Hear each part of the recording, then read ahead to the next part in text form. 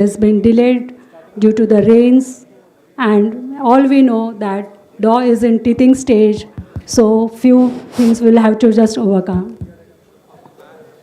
I request upon Dr. Vikas Dubeva sir, Dr. Vijay Mane sir, Dr.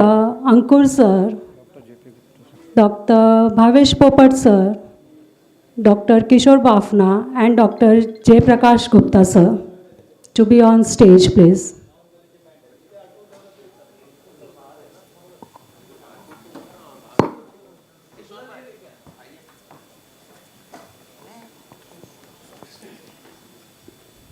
Please welcome on stage for lamp lighting.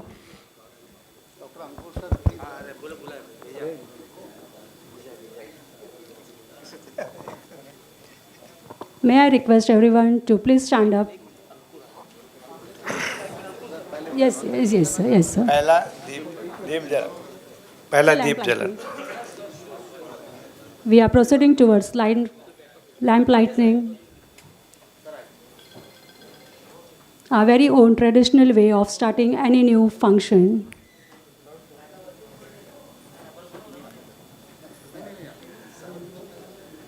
दीपं ज्योति परब्रह्मं दीपं सर्वतामोपहं दीपं साध्यं संयं दीपाना नमोस्तुते दीपाना नमोस्तुते.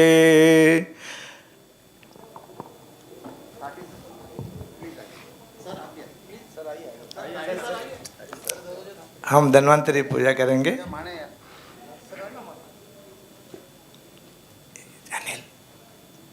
बुलार नहीं. हाँ, बोल जाने चल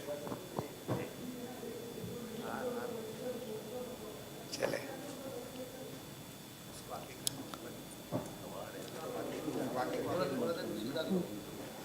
थोड़ा 2 मिनट का ये बोलना है.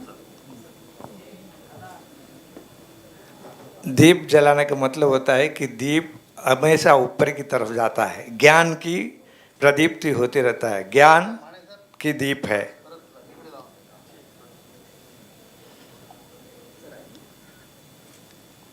ज्ञान से ज्ञान बढ़ते रहता है, इसलिए दीप जल प्रज्वलन करते हैं.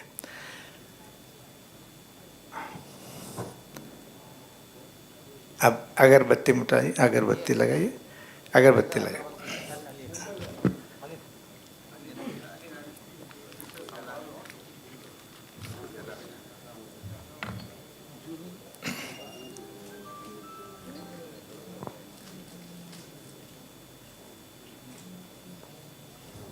जाते रहता है.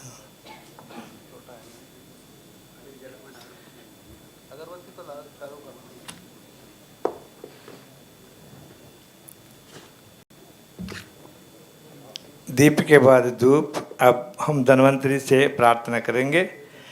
शंखं चक्रं जलौकदमृतघटं चारुदोर्भिश्चतुर्भुजं सूक्ष्मसच्चातिहृदयसुखपरिविलसन् मौलिमाम्बोजनेत्रं कालाम्बोजोज्ज्वलाङ्गकटितरविलसन् चारुपीताम्बराढ्यं वन्दे धन्वन्तरीं तं निखिलगदवनप्रौढदावाग्निलीलं निखिलगदवनप्रौढदावाग्निलीलं. नमामि धन्वन्तरिमादिदेवं सुरासुरैर्वन्दितपादपद्मं लोके जरां भयमृत्युनाशं दातारमीशं विविधौषधीनां क्षीराब्देरुदितं देवं पीतवर्णं चतुर्भुजं नमामि धन्वन्तरि नित्यं नानागतनिषादनं प्रणाम्यं जगदुत्पत्ति संहारकारिणां स्वर्गापवर्गयोर्द्वारत्रैलोक्यां शरणां शिवां त्रैलोक्यां शरणां शिवां. सभी लोग ऐसे ही करेंगे. मैं शंख बजाता हूँ क्योंकि शंखाराव करेंगे तो सही रहेगा.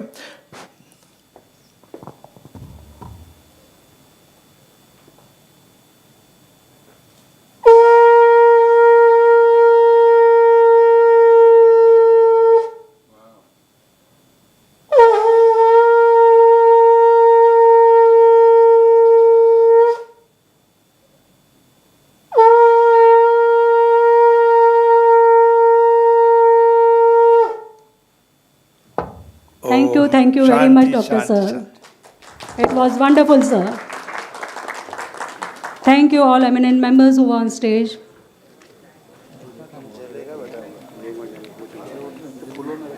One.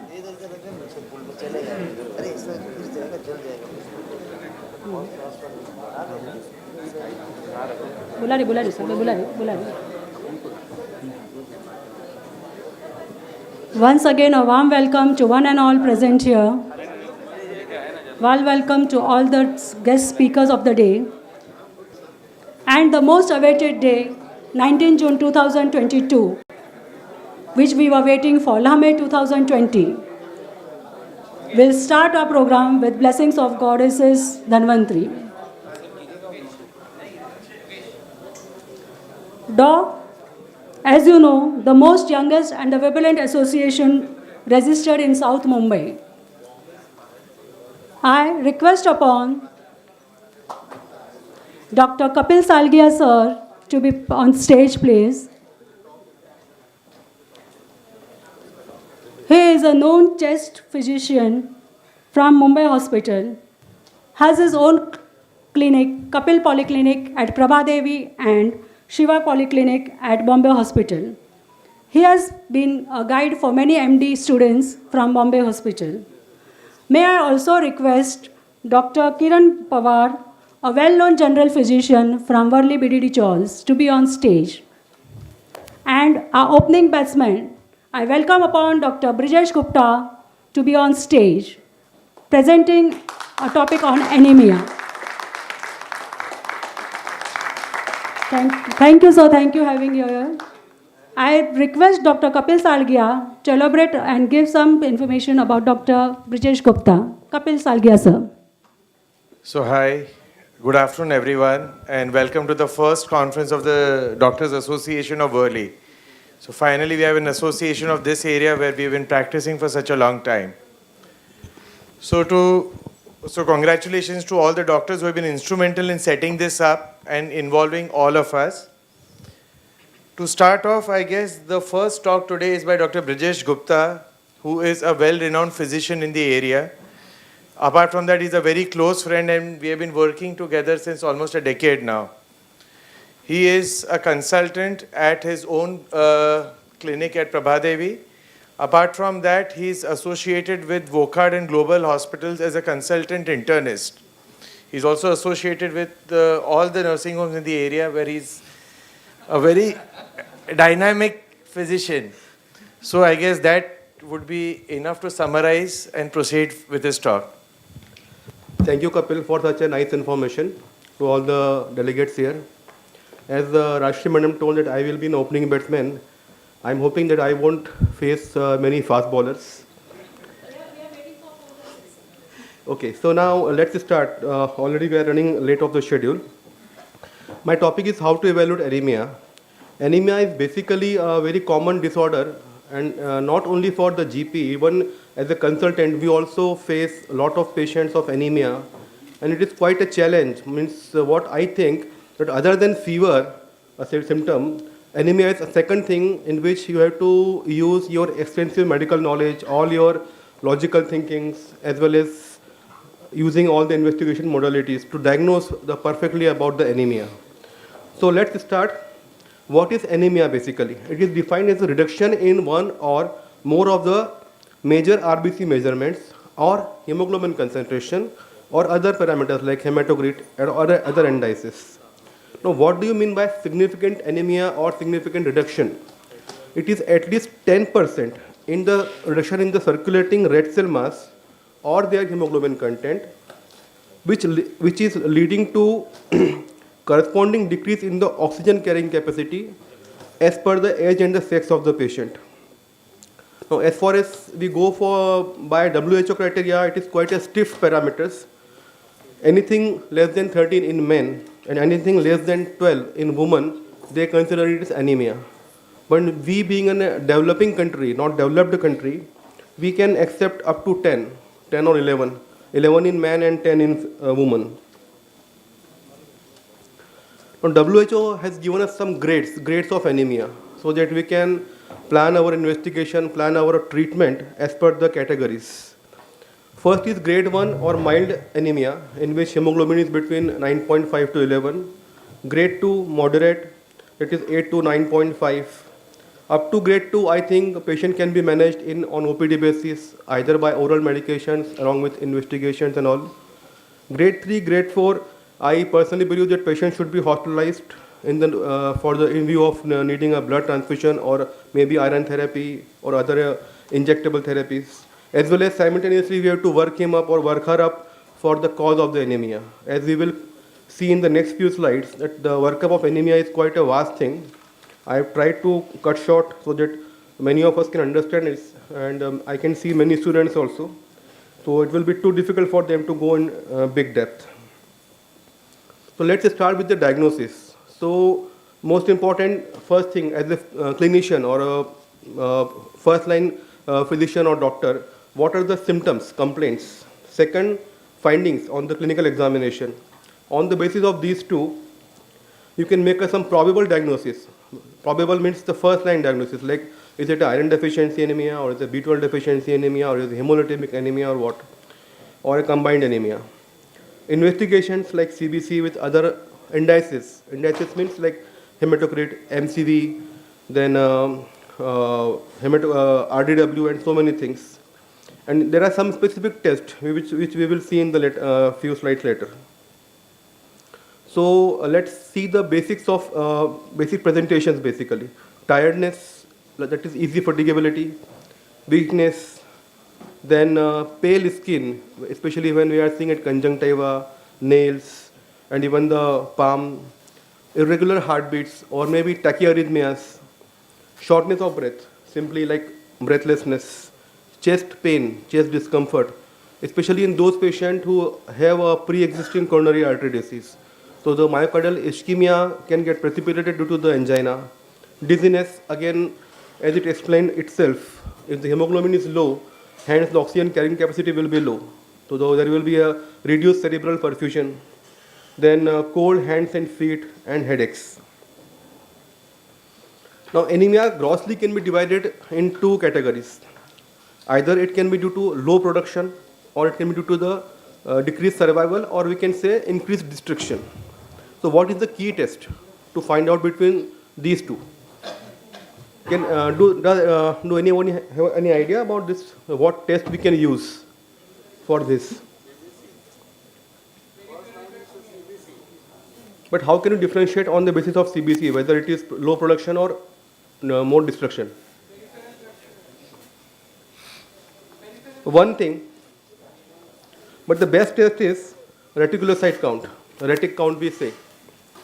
Now, retic count in short, if it is greater than 2 to 3% are seen in blood loss and hemolytic process. And in some cases, up to 25% of hemolytic anemias especially, what happens, hemolysis occurs due to immune-mediated procedures.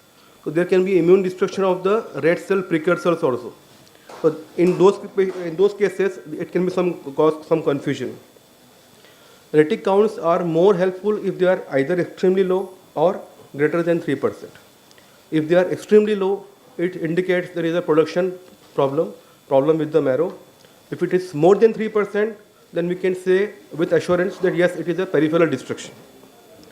Now, I want to know from the students, what are basically reticulocytes? Why do we do this? You got only 10 to 15 seconds. RBC precursors basically. They are RBC precursors. Exactly. RBC precursors. So if they are low, very low, that means there is a decreased production. On the other hand, if there is a hemolysis or peripheral destruction, so what marrow does? They causes increased production. That is why in peripheral blood you will get high retic count.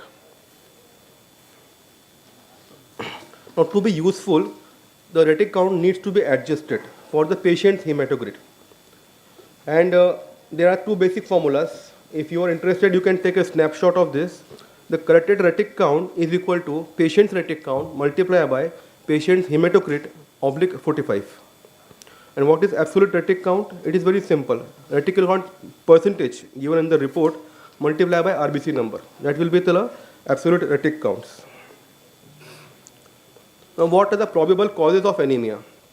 Either it can be decreased RBC production due to the decreased erythropoietin production or inadequate marrow response to erythropoietin. That means erythropoietin levels are good, but marrow is not able to respond to the erythropoietin. Another possibility can be loss, erythrocyte loss. Either it can be a hemorrhage or hemolysis or hemolytic anemias. Possible etiologies. First is production defect. The most common we see in our country or in our areas mostly are nutritional deficiency like B12 or folate deficiency, iron deficiency. Another very common cause is inflammatory or anemia of chronic disease. Anemia of chronic disease can be seen in multiple chronic inflammatory diseases like tuberculosis, malignancies, then autoimmune disorders, rheumatoid arthritis, and so on and so forth. Primary marrow disorders, it is like pure red cell aplasia, which is very rare, and of course myelodysplasia. And again, the diagnosis will require a bone marrow aspiration and biopsy. Sequestration, that is hyperlipidemia. Generally, it is associated with pancytopenia. Most commonly, we see it in which type of patients? Anybody, any idea? Hyperlipidemia. Yes, one possibility. But more commonly, we also see in cirrhosis of patient because they tend to develop this portal hypertension, hyperlipidemia, and there is a sequestration of all the cell lines. So you will generally see a pancytopenia type of picture, low platelet, low WBC count, and of course hemoglobin low. Dilution anemia. A patient's plasma volume increases with lying down and when they quit smoking. If you have seen patients who are heavy smokers, you must have come across the CBC report of them. You must have seen the hemoglobins of like 17, 18, and 19. Okay, so when they quit smoking, there is a hemodilution, and hemoglobin may drop to 12 or 13 or so. That cannot be labeled as anemia, or we should not start evaluating. We have to just observe them. Then blood loss and RBC destruction. Now, what can be the causes of the blood loss? One is iatrogenic bleeding, like frequent blood collections, especially in ICU patients or serious patients. Then repeated hemodialysis procedures and excessive blood donations, or bleeding during or after the surgical procedures. Sometimes during or after surgical procedure, the bleeding can be underestimated because it is very difficult to quantitate because most of the surgeons just mop them up and it is basically just a rough thing. They just have to count the number of gauze pieces. Now, bleeding in the upper thigh or retroperitoneal space can be very misleading. When patient may not be showing initial symptoms, but if you are suspecting bleeding in these areas, you have to be very careful because suddenly patient will collapse. He will drop his blood pressure, he will have severe tachycardia and so on. Conditions associated with anemia due to reduced RBC productions, like renal disease. Now, what happened in renal disease? Once the patient is in stage 3 or stage 4 CKD or ESRD, there will be a reduced erythropoietin production. So how much amount of iron you supply, it is not going to help the patient. Then endocrine deficiencies like hypopituitarism, Addisonian disease, hypothyroidism, then starvation and hemoglobinopathies. Now, due to the inadequate marrow response, that means the marrow is not able to respond to the iron supplement or erythropoietin, like deficiency state, iron and vitamin B12 or folate deficiency, anemia of chronic diseases, sideroblastic anemia, myelodysplasia, and pure red cell aplasia. Then there is a basic parameters in CBC we come to see quite commonly, that is MCV. It tells us about the morphology of the RBCs. So how to measure the size of the RBC? We have got these automated counters basically all over in all the other laboratories. Use of volume sensitive automated blood counters, for example, Coulter counter. What happens, the red cells, the stream passes through a small aperture and generates a signal which gives us an idea about their volume. Now let us see if MCV is more than 115. The possible causes can be B12 deficiency or folate deficiency. Then drugs which impair the DNA synthesis, like azathioprine, chemotherapy agents, anti-HIV treatment like zidovudine and lamivudine. Azathioprine is basically an immunosuppressant medicine. Then myelodysplastic syndrome, If MCV is between 110 to 115, the possible causes can be endocrinopathies, like endocrine deficiencies especially.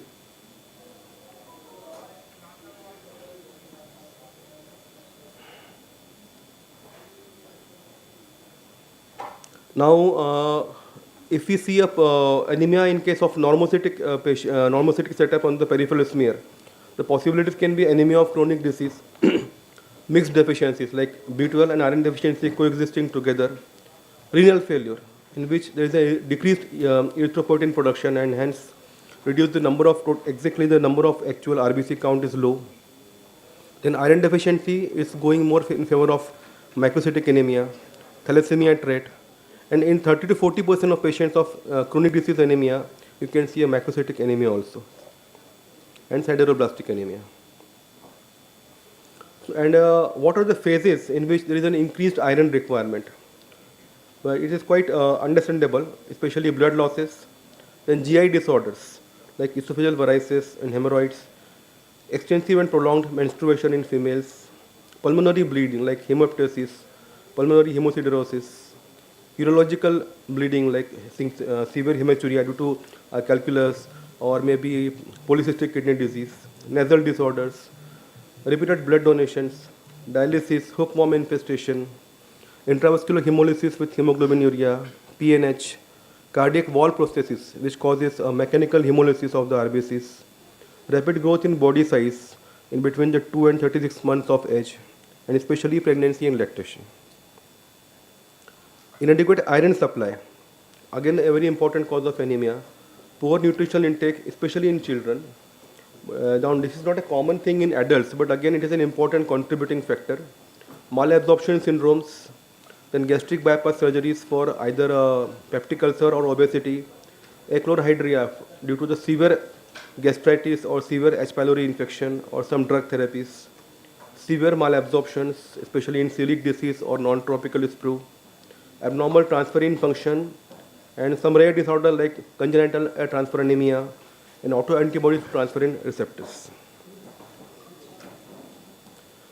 Iron deficiency anemia versus anemia of chronic disease. On smear, what will you see, especially in iron deficiency anemia? Hypochromic and macrocytic and low MCV, that is small RBCs basically, in short. Platelet count is often elevated, but again platelet count elevated maybe in both the things, both the cases, like anemia of iron deficiency or maybe anemia of chronic disease. Reduced ferritin. Now this is a very important marker for iron deficiency anemia, reduced ferritin. In fact, it is said that ferritin is the first parameter to reduce in iron deficiency anemia, even earlier than the serum iron or hemoglobin. But problem comes here that the ferritin is also an acute phase reactant. A patient who is having iron deficiency anemia, but simultaneously if he is having any infection in the body, may it be a viral or bacterial, you may get a falsely high ferritin or maybe normal ferritin. It can be slightly misleading. Now, more important, I suggest is you should do a iron profile in which what you will see this marker, what we call as T-set or transferrin saturation, which is very more sensitive and specific for iron deficiency anemia. If it is less than 20% or less than 15%, it confirms the diagnosis of iron deficiency. And of course, the gold standard for iron deficiency is bone marrow, in which you see a very low or absent iron stores. But again, it is too extensive for any iron deficiency anemia. But yes, iron profile can give us a good answer, sufficient answer. Now, how will you differentiate between anemia of chronic disease and iron deficiency anemia? Again, I would suggest take a snapshot of this. It is quite a handy slide actually. In anemia of chronic disease, the plasma iron levels will be either reduced or normal. But in iron deficiency anemia, it will definitely be reduced. Plasma transferrin, again in the anemia of chronic disease, may be reduced or normal. On the other hand, in the case of iron deficiency, it will be increased. Transferrin saturation, as I have told, T-set. Again, in the anemia of chronic disease, it will be either reduced or normal, but in iron deficiency, it will be reduced. Plasma ferritin, it will be increased in the anemia of chronic disease. Just now I have told, because it is a acute phase marker or acute phase reactant, it will be mostly in the higher range, plasma ferritin, but definitely in iron deficiency anemia, it will be reduced. And Other parameters we may not be able to see in routine iron profile studies, but yes, these 4 parameters are very important. Brijesh, last 2 minutes. Yeah. So then I will just run around. Okay. B12 deficiency anemia. Most common causes are like poor dietary intake, then acid pepsin disorder in the stomach, pancreatic diseases, that is poor absorption, folate deficiency, poor dietary intake, malabsorption, increased demand, especially in pregnancy and lactation and so on, and drugs which reduces or inhibit the DHFR, dihydrofolate reductase. B12 deficiency anemia diagnosis is made generally by on the smear.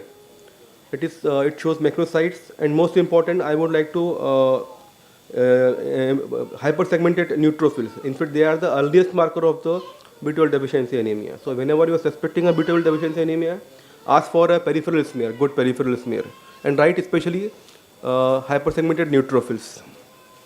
Then you can obviously check vitamin B12 levels and serum methylmalonic acid levels and serum folate levels. Again, take a snapshots, and this is a comprehensive list of investigation when you are suspecting a B12 deficiency anemia. Sideroblastic anemia, basically it is they are diagnosed by ringed sideroblast in the bone marrow. There can be etiologies like hereditary, myelodysplasia, and drug-induced like isoniazid, which we commonly use in the treatment of tuberculosis. Hemolytic anemias, again in short, increased LDH, the diagnosis based on increased LDH, increased indirect bilirubin, increased reticulocyte count, decreased haptoglobin, and urine hemosiderin.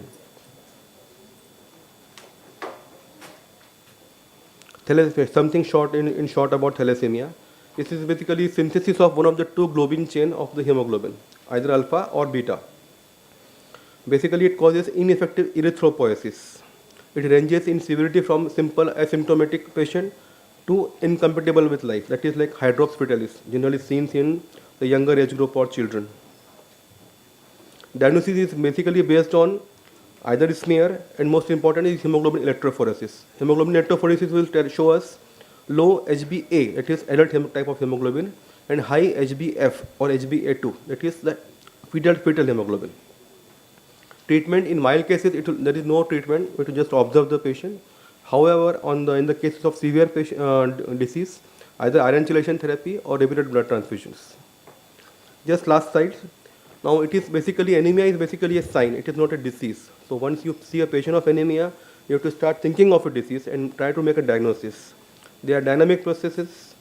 It's never normal to be anemic. Many patients will come to you and say, hemoglobin 8 no rehta hai, there is no problem. But it is not normal. And the diagnosis of iron deficiency anemia, it needs a lot of workup, like not only blood tests, other like procedure-based investigation, like endoscopies and biopsies and so many things. So I think that should be enough, and I will take your leave. Yeah, so thanks, Brijesh, for the informative lecture. Thank you, Dr. Brijesh Gupta, sir. It was a very short and sweet lecture. I hope everybody has got a good knowledge, gained good knowledge. I request upon Dr. Kapil Salgia, sir, to felicitate Dr. Brijesh Gupta. Dr. Kapil Salgia, sir, to felicitate Dr. Brijesh Gupta. Put your hands together. A round of applause.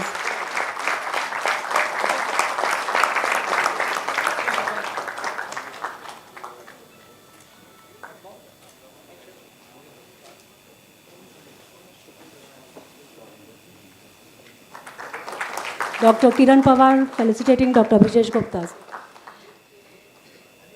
I may also request Dr. Kiran Pawar to felicitate. Yes. Hands on, please. Hands, put your hands together. Thank you, Brijesh Gupta, sir. Thank you, Dr. Kapil Salgia, sir. Dr. Kiran Pawar felicitating Dr. Kapil Salgia.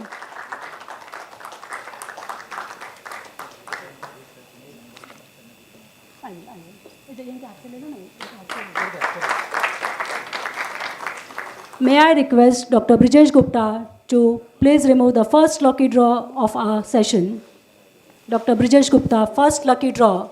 Yes, मेरा लगने वाला है sure 100%. Sir मेरा ही निकालना, sir मेरा ही निकालना.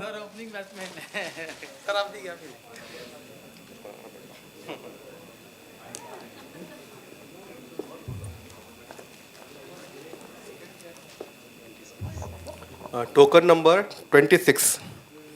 26, 26, Token number 26. 26, 26. Oh, sir आपके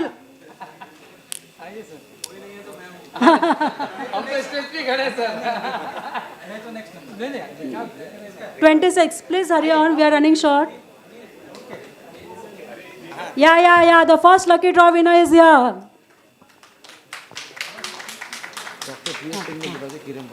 Dr. May I request Dr. Priyesh Singh to be on stage to felicitate Dr. Kiran Pawar. Dr. Priyesh Singh. Yeah, good name.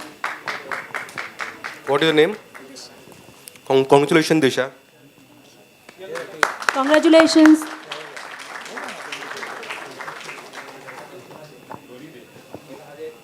Thank you so much, sir. Priyat Singh felicitating Dr. Kiran Pawar. Put your hands together, friends.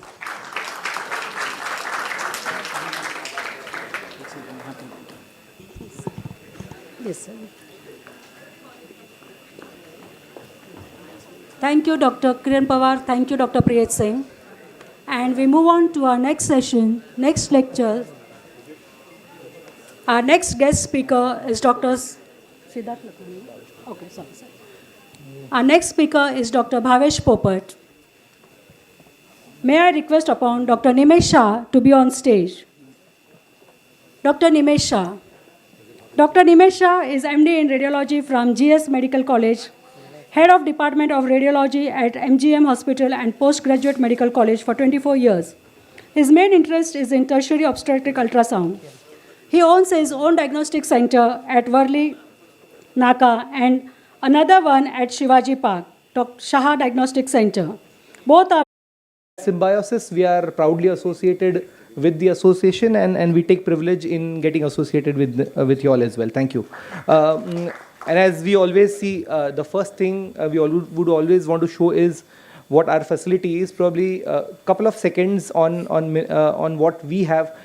Symbiosis basically started 5-6 years back when we started with single floor. Now fortunately you all have been kind, God has been kind, and we've progressed from a single floor to 6 floors now, and we also have a 7th learning center there. So we are also starting a state-of-the-art cardiac unit as well on our 4th floor, the existing ones, and a dedicated surgical ICU. This was probably missing. We will be the only one in this mid segment where we'll be able to offer a good joint and a cardiac surgery option for our patients in this segment on the west side of the city. Obviously, we have a state-of-the-art cath lab. I think this is something which we are very proud of, and we can be very, very sure and proudly saying that this is one of the advanced and the latest cath labs that we have in the city, not just within our area. We have some of the dedicated softwares available, which is there only with us, a dynamic coronary roadmap. We have a foot perfusion for diabetic foot. Some of the other things, we have in-house rota, in-house FFR and IVUS, which is very rarely there in most corporate hospitals as well. We've improved our services. We've gone ahead and opened up single rooms, twin sharing rooms and triple sharing rooms. We've enhanced experience as we can at our end. So we've tried to improve our infrastructure as well there. I'll show you a couple of other floors. We've opened up a dedicated OPD complex as well, and I'll show you that as well. So there we have radial lounge as well as a dedicated, and this is our medical ICU. This is what we specialize in, high-end complex cases, both cardiac as well as non-cardiac. This is our single room. And obviously, we have a dedicated, we are the first ones in the city to have endovascular lounge. Most of our varicose veins patients need not be admitted in the hospital bed. We have a lounge available for them as well. And obviously, we have radial lounge, which is there at a lot of places, but we've tried to give a very premium experience there as well with our radial lounge. That's our radial lounge. We've tried to give a ceiling view to our patients there as well. And finally, what was very dear to all of us are academic credentials, and both myself, Ankur, we are very keen on teaching, and that's why we were very keen that we opened up a nice learning center. So we've put a lot of effort and developed a learning center as well. Our learning center can house at least 50 people at a time, and we can have live relays of cases both from cath lab and eventually from the new OT as well. So we'll be able to dedicatedly provide teaching activities also at that setup. And lastly, I think, and I'll show you, let the video go. I think I have less words than the video, isn't it? So that's our learning center. We're very proud of that. We've put a lot of effort in private setup. This actually is not at all revenue generating. This is something which is genuinely going for teaching activities. We've had some parties as well. That's the benefit of having something like that. So hopefully we will be able to do more and more activities, and probably one teaching activity with DAW as well there. So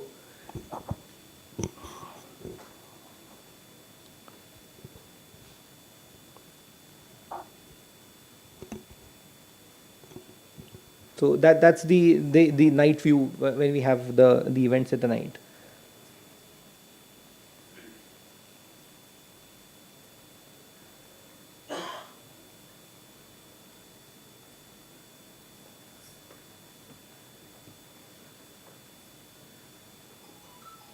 And obviously one of the major issues that probably anybody would have ever felt, we are very centrally located in terms of location. It's very close from railway station by bus, taxi. If at all anybody has a fear, one of the fears people would always have is, where will you get the parking there at Symbiosis? So I think that has been completely removed out of picture. We have a dedicated valet service available, and ground plus 3 levels of parking is with us. So we've had a good parking facility available now where people need not worry about the parking as well. So that's one of the biggest issues that was there, and we've taken care of that as well. So anyways, I think coming back to the academic aspect of it, that's the first lower limb angioplasty done by any IR. This was done with dilators typically, which is used for PCNLs. This was done with that. In a very short period, it's difficult to show everything that we do. So I'll concentrate on few things, what is our USP, and I'll show you some of them. Varicose veins is one of our USPs. We do a good number of them. Traditionally, most patients with varicose veins, you have to understand they are not just cosmetic problem, but a medical problem as well. So you need to understand that they come with symptoms, and symptoms are lifestyle limiting symptoms. How do you select a patient for treating a varicose veins? Typically, you look at CAP classification, and based on classification, what you decide is whether these patients have only cosmetic varicose veins, or they have lipodermosclerosis, or sometimes an active venous ulcer has already developed. Symptoms, generally those aching pains, heaviness of the legs, and cramps at night is something very, very common and seen regularly in our patients. This is how they look, a typical spider vein or a varicose veins. This is the third picture is of a lipodermosclerosis, and then obviously of active venous ulcer. So the first question that we ask whenever a patient of varicose veins would come is, why are you here? What are you looking for? Is it the cosmetic aspect that you're looking for, or are you looking at a symptomatic therapy? Because that is going to determine what workup are you going to offer to your patient, and also that is going to determine the end point of your treatment. And obviously we need to know all the other medical history associated with that. Some of them may be diabetic and associated with a peripheral vascular disease. If you try treating varicose veins at that time, and you might end up giving a non-healing ulcer otherwise. So that's something which you need to be wary of. Sometimes patients have had a history of DVT in the past, and on paper the vein has completely recanalized, but the valves have also got damaged in the deep veins. So this patients obviously will not benefit with varicose veins laser. So you need to take care of that. Look at this patient now, a typical patient with an ulcer over the medial malleolus. And if you see here, this patient's Doppler report, SF junctions incompetent, perforator incompetent. The answer here would be to offer this patient laser therapy to treat and heal the ulcer. Unfortunately, or fortunately for the patient, when we evaluated and we did the Doppler, we found deep vein reflux. So this is what typically happens. The deep veins may not be working well in these patients, and the bypass mechanism is the superficial system, and that's what you're knocking off with laser. So you have to be wary of that. Obviously, we can offer treatment to this patient. What we do is 4-layer dressings. We give dressings to these patients, and the ulcer is eventually healed over a period of couple of weeks. So remember, when you hear varicose veins, what are the 2 things you remember with varicose veins? If anybody can answer 2 things. Right now in the city, if you ask for varicose veins, somebody would say, don't get treatment done. It is never treated. It keeps on coming back. Only wear stocking. And there will be another set of patients or consultants who will tell, go ahead and do laser. Remember, it's never black and white. You don't have to go at either of the extremes. There are various ways to treat, and there are various modalities available in between to take care of these patients. So it's never just stocking and never just laser. Look at this patient now. You have typically patients with varicose veins. Varicose veins generally in the anterior aspect of the thigh. Now this is not at all fitting the great saphenous vein territory, not at all fitting the short saphenous vein territory. That's when you do the Doppler and then you ask for an MR venogram, because the location is not matching with your Doppler findings. And if you do Doppler in some of these patients, especially females, you'll end up finding a large dilated ovarian vein in this patient. This is typically how pelvic congestion syndrome will present with. So these patients, obviously when you do laser, it's not going to help, because the problem is somewhere up in the abdomen and you're treating down. You have to offer a ovarian vein embolization in this patient, and with coils we can do that. This is regularly been done at Symbiosis. So this is what you offer to these patients. Something like May-Thurner syndrome. Now typically you would have seen in your patients varicose veins coming on left leg. Whenever you have patients with varicose veins on the left leg, beware. Just don't blindly send them for lasers, because a lot of times these patients have May-Thurner syndrome, because the left common iliac vein, when it is going and joining to the IVC, an artery, right common iliac artery, is crossing that and compressing that. So that's where the venous pressure is high in the lower limb that side, and laser is never going to help in these patients. So what we offer here is an IVUS. We have an in-house IVUS there. What we do with IVUS is evaluate whether the vein is getting compressed at all or not. And once we've done that, like this patient, if you see a vein this is the artery and the vein is completely compressed. Now the treatment here is to put a stent and open the outflow of the leg, and that's when you're going to improve the outflow and treat these patients, not just by laser. Obviously, when you've evaluated these patients clinically, Doppler becomes the most important aspect of evaluation for deciding what treatment you have to offer. Remember, with varicose veins, Doppler is the key. A lot of times these patients have duplicated GSVs. A lot of times they have accessory GSVs, anterior accessory, posterior accessory. So typically you would have seen a patient coming to you with varicose vein laser done few years back, coming back again, and the Doppler report says SF junction incompetent, GSV dilated. Remember, this may be a duplicated GSV. Somebody has treated one GSV and left behind the other one. So it's incomplete treatment done and not recurrence. You have to understand that part. And I'm going to rush through some of these aspects. I think this you know typically, obviously DVT, we need to make sure that it's not there, and you need to do a 4-layer dressings again in a patient with DVT and still heal the ulcer. I'll skip some of the things. You know, the treatment, traditional treatment has been stripping. The recurrence rate post-surgical stripping has been very, very high, close to 24 to 26%. So that's not what you want to do. That's almost become obsolete now. The gold standard is the laser or the thermal ablation. And now the latest, the new kid is the Vena Seal. That's what we are doing regularly. And I'll show you why, what is the data in terms of, so this is the gold standard, the laser, and why. It's almost perfect treatment, daycare procedure, no stitches, no cuts, no anesthesia, local anesthesia basically, and patient walks off to home the very same day itself. Obviously, this is what we've been doing traditionally. Almost everybody in the city has been doing this, 1470 laser. Now at Symbiosis we have 1940. This is the latest one. We are the only ones in the city who have this laser machine right now. Again, less pain, less bruising, much faster recovery. Apart from that, obviously we use radial fibers to make sure that the entire 360-degree vein is ablated and not just bare fiber where the end of the fiber is firing in these patients. I'll skip the technical part associated with that, but that's how you end. You end with stockings. A large stocking, thigh length stocking has to be offered to our patients. And obviously ulcer healing, it does make sense. Now I'll give you an example. One of my patient, we did laser, fantastic result, very well done. The vein is closed. Patient comes back after 1 week saying that because of lot of bruising and because of lot of thrombophlebitis. And I asked them, are you wearing the stocking well? And the answer was, yes, I'm wearing regularly. I said, how much time do you wear?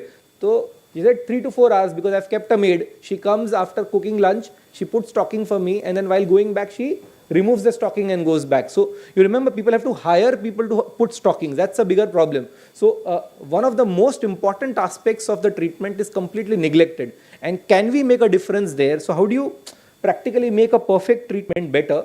So what are the issues with laser? One, you have to give multiple injections in laser, make sure that the vein is collapsed. Obviously, compression stocking. So we do something called as vena seal. Now this is like a good craft work. Only single puncture is given to the patient, not multiple punctures. So one puncture at the level of the ankle, and with a very patented product, vena seal, which is an US FDA approved treatment. We inject the glue and stick the entire vein throughout the vein. This is typical medical grade glue, almost like a lunchtime procedure. Patient need not be given big time anesthesia. I know Ankur is smiling because next time he's going to give a talk on vena seal. So anyway, so I think we'll skip this part. But obviously, when we are talking of something new, do we have a clinical evidence to prove that it's better? So we have something called as V-close study, and now we also have a V-close extension trial study, which is a 5-year data comparing laser versus vena seal, and the closure rate is equal, close to 95 to 97%. So we are talking of something which is equally good to thermal ablation, which is the gold standard right now. I think I'll skip one of the major benefits obviously here is that patient can avoid a thigh length stocking, and we can just give them a below knee stocking, which makes their life much easier post therapy. So anyways, I'll skip to something else which is very, very close to our heart, very dear to our heart, is diabetic foot. Basically, these patients, the principle of the therapy is to improve at least one artery going all the way down to the foot so that the wound starts healing in these patients.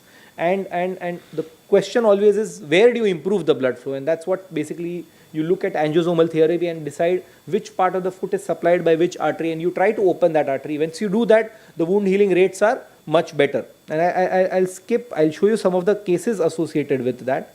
And that's when you'll realize the importance of angiosomal theory. This is a 74-year-old female, type 2 diabetes, and look at the place where the ulcer is. Now this, according to our principle, one artery is going all the way down to the foot, the wound should heal. But the ulcer is in the anterior tibial artery territory. Obviously, you need to improve that. So we've done angioplasty of the anterior tibial artery, and that's when the wound will start healing. And the latest and the most recent advancements in terms of diabetic foot care is drug-eluting technologies and the 2D perfusion imaging which is available. Both of them are available with us at Symbiosis. I'll show you something interesting here. Look at this patient now, 65-year-old patient. A wound is in the posterior tibial artery territory on the heel. We've done angioplasty, we've done SFA narrowed, we've opened up the SFA, we've improved the outflow from here. And unlike the posterior tibial artery, we could open only anterior tibial artery here because there is no outflow here. But we have something called as perfusion imaging, and with perfusion, we can actually map out with color the exact amount of blood flow which is improving in the area of the wound. And this is going to make a whole world of difference, because we can predict both to you as well as to the surgeons, once we've improved the blood flow, what is the improvement, and that's how we eventually chart it and give. The improvement, if you see the graph post-plasty, in terms of area under curve, there is 213% improvement. So you can not just say that the plasty is done successful, you can objectively put it on paper and give that it has been done successfully. And that's the software that is available with us now. Again, I think similar case, and I'll not show the similar thing associated with that.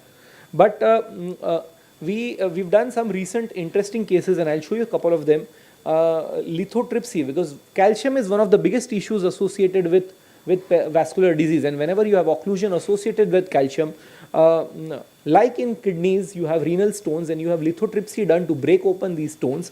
We have lithotripsy balloons available to open up these plaques, and the difficult ones. And if you see this here in this patient, severe claudicant, she could not move more than 100 meters also. And if you can see here, the right common iliac artery is completely occluded in her case with a high calcium load there. And you can see the calcium here, if you can notice.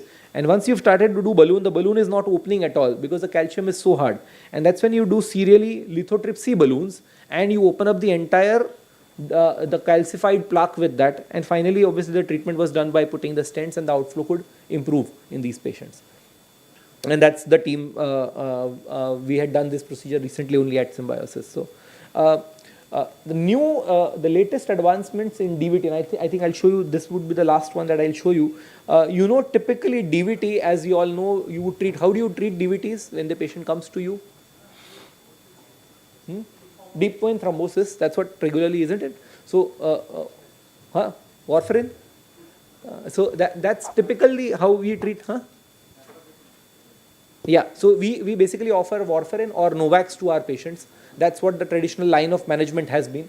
But when you have patients who've got extensive deep vein thrombosis, especially when the proximal vein is involved, like iliac veins or the femoral vein, when the extensive thrombosis is there, the treatment option is pharmacomechanical thrombectomy. We tend to remove the entire clot. That's what is going to reduce the clot burden. We have a very specialized machine called AngioJet, which is available to us. That's available with Symbiosis. It's a little expensive machine, but what we do is remove the entire clot burden. Now, the other way to remove is by putting a catheter and sucking it. This is what we used to do 5 years back. We would put a catheter, try aspirating. Unfortunately, the entire clot does not come out. A 30 to 40% clot comes out with this technique. A lot of clot is left behind, and the result is mediocre. With AngioJet, and I'll show you just 1 or 2 cases associated with. That's how the machine looks, the AngioJet machine. And these are the catheters. And if you see here, in this patient, this is an arterial patient, but the entire popliteal artery is occluded and the no flow is going down the foot. Now, this patient presented with acute arterial limb ischemia. With AngioJet, we could pass on and open up the entire artery. And if you see, this is post-AngioJet, the entire artery is opened up. You could save the limb in this patient that way. Obviously, the venous ones as well. I'll show you one case associated with venous.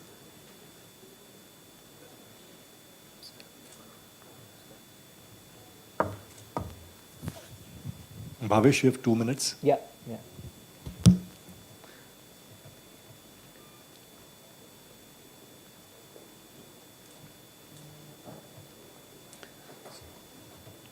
So anyways, I think I'll come to the venous case a little later, but then drug-eluting technologies is what we are talking of. Now, Illuvia is one drug-eluting stent available.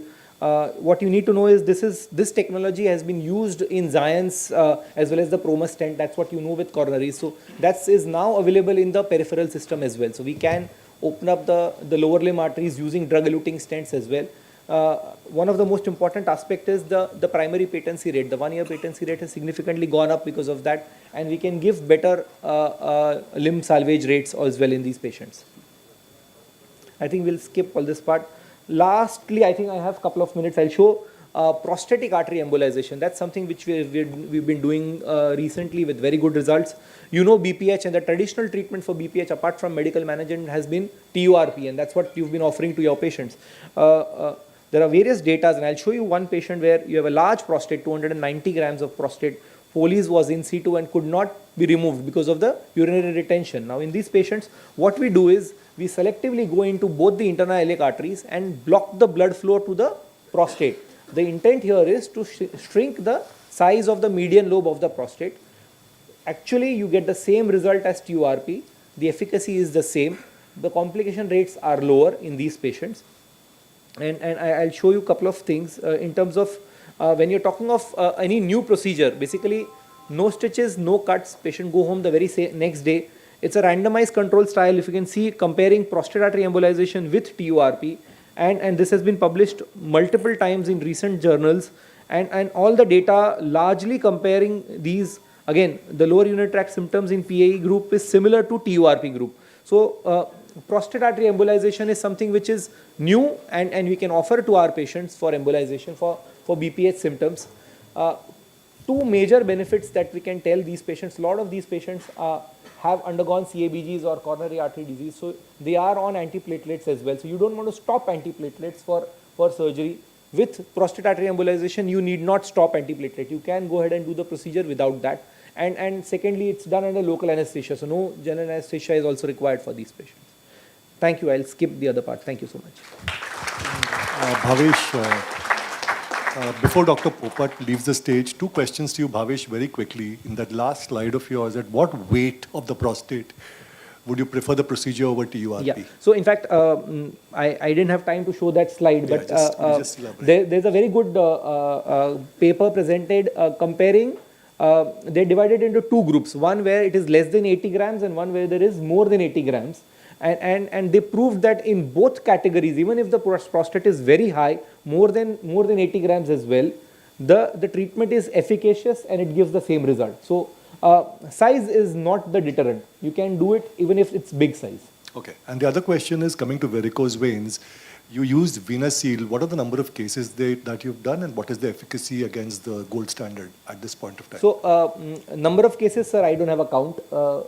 But fortunately, we've done more than good enough to say that we are doing one of the good therapies with VenaSeal. And how does it compare with the gold standard? So, rightly, your question was how does it compare with the gold standard? That's the thermal ablation, RF or laser. So I presented the data. It's a V-close extension trial, which is a 5-year data comparing laser with, which is the gold standard, with VenaSeal. And in both the cases, the closure rate is 96 to 97%. So the data is similar, but less troublesome for the patient. Okay. Thank you. Any questions from anybody, please? Yeah. I think it was a very informative talk. Yeah. So, in fact, I would, there was a fantastic question because prostate artery embolization is something which is very, very close to our heart. And I'll tell you, in terms of prostate artery embolization, the cost is not high. Though it's a latest treatment, we can add symbiosis, we can do it at less than 2 lakhs. So it's not out of proportion. A 1-day stay maximum. Thank you. All right. Thank you, Bhavesh. Outstanding talk.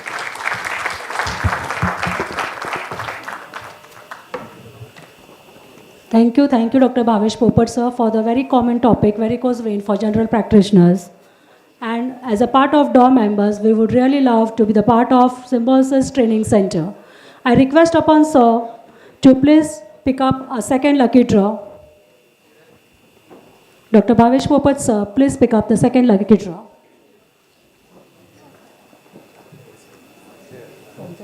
Laptop असू दे.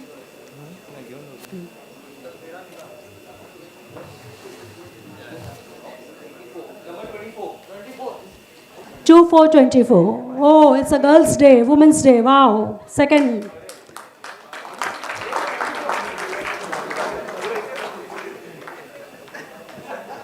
Second lucky winner of the day.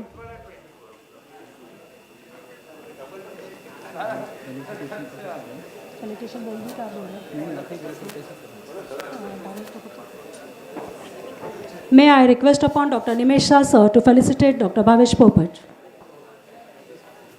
Round of applause, please. Hands.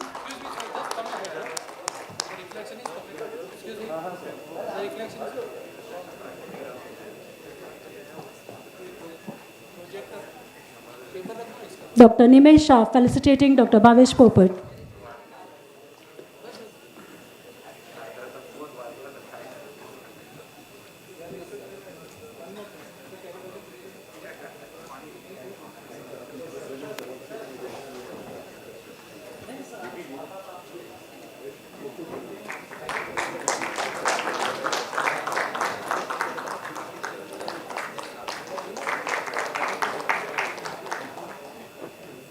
I request upon Dr. J.P. Chaurasia, sir, to felicitate Dr. Nimesh Shah.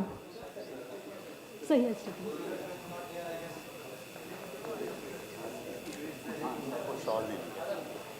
yeah, the second lucky draw winner. Put your hands together, dear friends.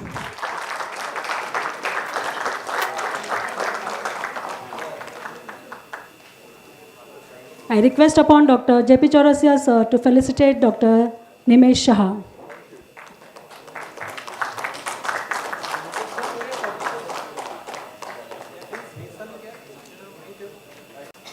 I request Dr. Mukesh Rathod to felicitate Dr. J.P. Chaurasia, sir.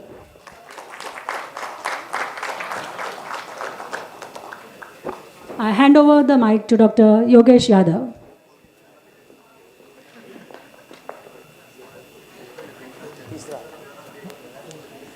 Hello. Thank you, Miss.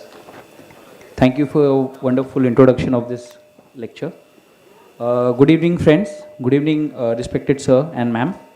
We'll move on to the next section. I would like to invite Dr. Siddharth Lakhani sir on stage. And on the podium, I would like to invite Dr. Abhay Shah and Dr. Abdul Hai sir. I would like to introduce Dr. Abhay Shah first. Sir.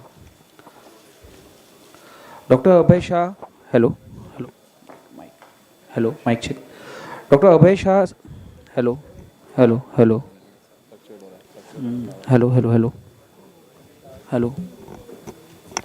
Check. Hello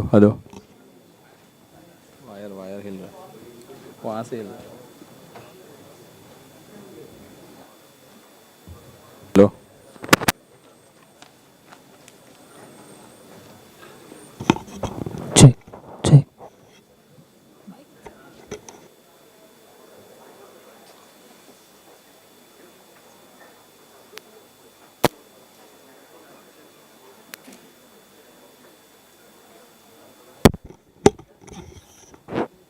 Check.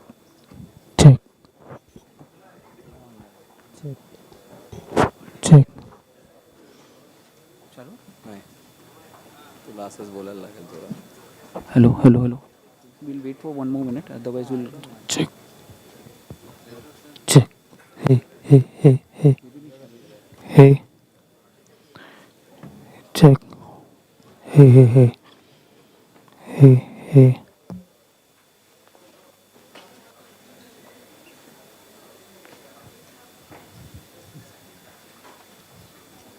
Check. Hello, mic check.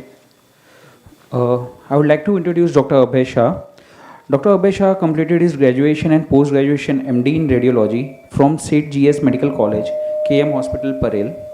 Established a full-fledged diagnostic center in Thane with 2 color Dopplers, X-ray, with procedures and mammography, 2D echo and stress test in 94 to up to 2008 when shifted to Hinduja Hospital and HN Reliance Foundation Hospital before starting whole body USG and color Doppler sonodent clinic at Worli Naka 3 years back.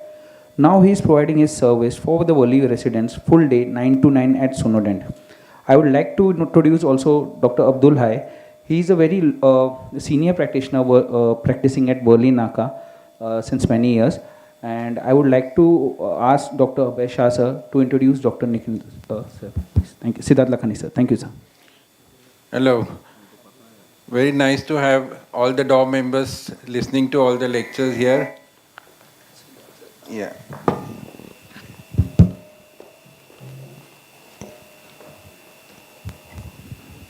Dr. Siddharth Lakhani, a very well-known nephrologist and transplant physician who owns the Lakhani Kidney Center at Prabhadevi and Ghatkopar, and also attached to multiple hospitals including Saifi Global and also Fortis and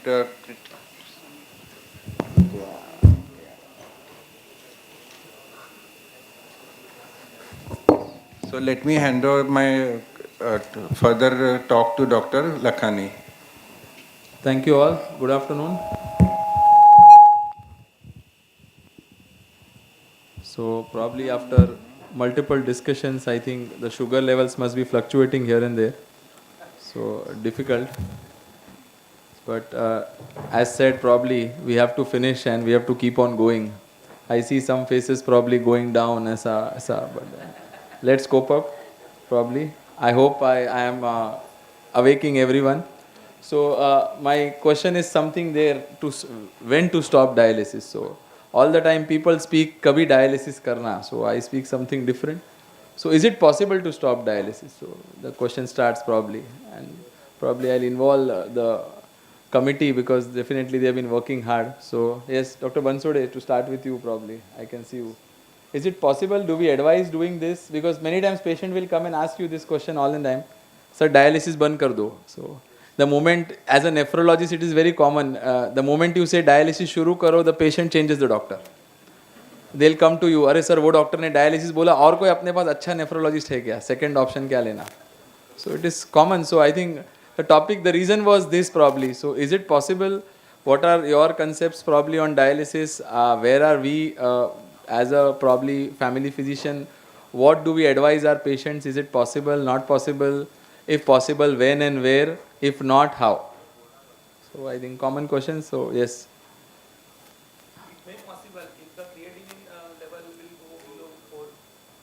Okay.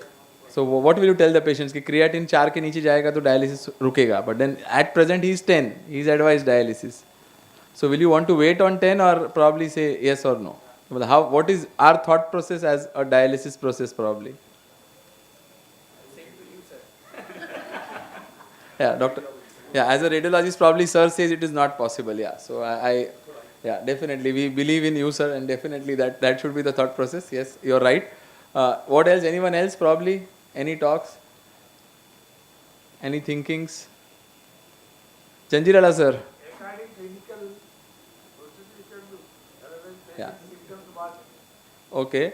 So first question, what should be discussed in this case is whether I am dealing with an acute kidney injury or a chronic kidney disease. Very important for all patients. Many times this question arises on and off. I think Ankur will agree that so many patients we have done and they have come out very well with multiple procedures, pre and post, probably being attached to all the time with, I think, yeah, Mike is definitely any program without technical hitches. So I hope I'm probably audible to the public. Yeah. So we have seen a lot of patients probably who will have either acute or chronic things. So we have to be sure what we are dealing with. Either we are dealing with an acute disease or a chronic disease. That's the first question which you should answer whenever you are seeing or whenever you are asked this question. So वो direct patient को बोलना कि नहीं वो बंद कर देंगे वो नेफ्रोलॉजिस्ट के पास चले जाओ या ये बराबर है वो उन्होंने बोला है वो करो. So it is that is first important thing. Yes, possible even in cases probably of acute and chronic wherever we see.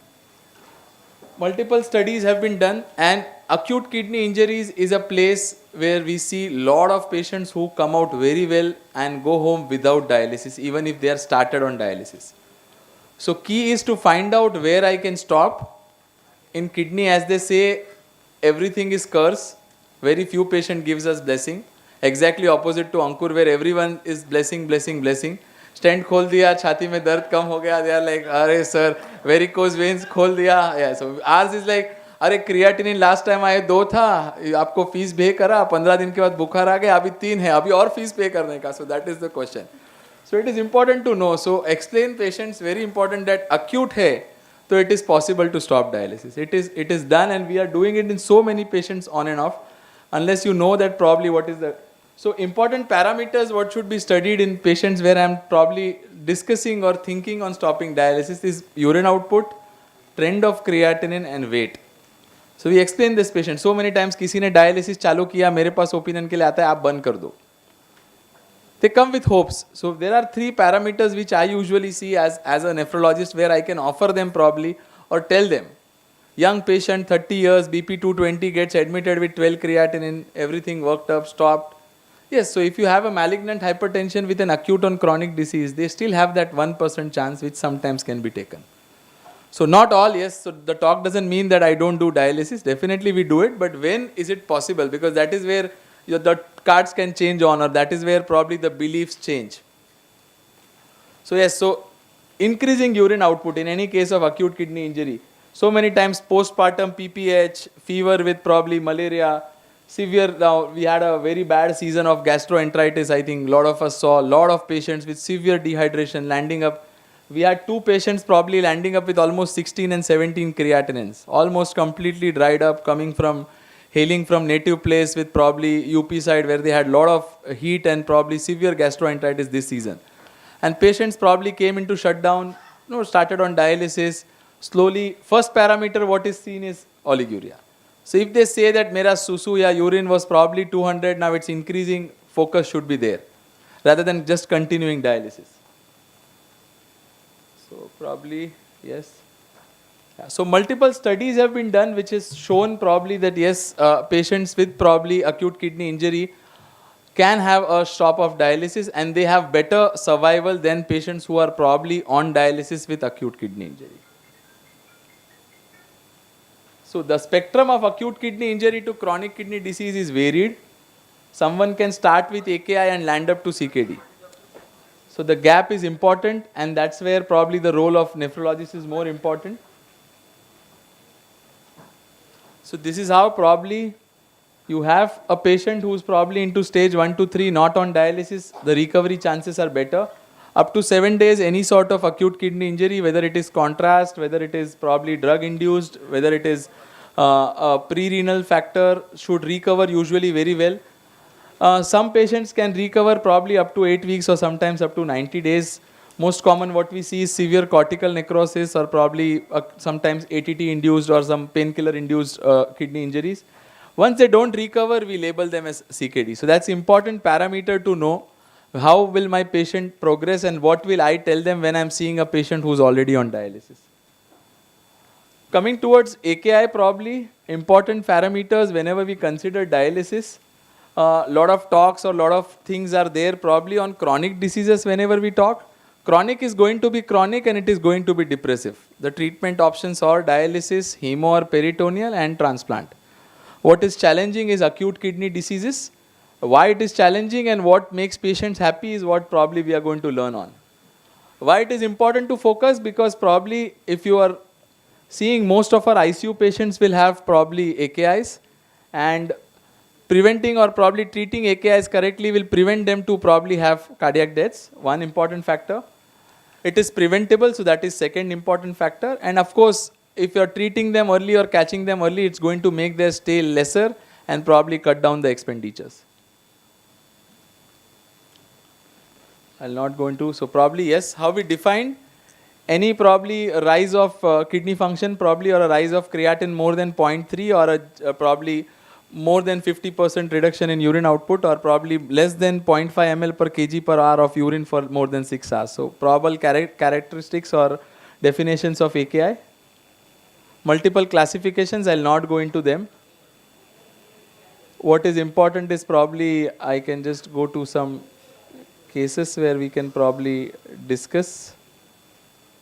Yeah, so coming towards this, 26-year-old male probably comes with generalized pain, more in the lower limbs, decreased urine output for 24 hours, history of sport activities for 3 days, goes to a family physician, evaluated, everything was better, probably receives hydration therapy, suspecting that he must be dehydrated, given some painkillers.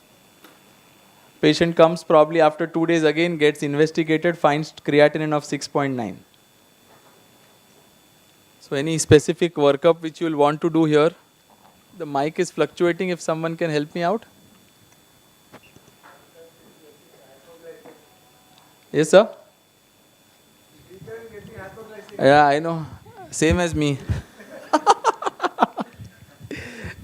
So probably any guesses on what we'll want to do? Dr. Rao? Yes? Any uptakes on this? What would have been done differently or what should have been done differently?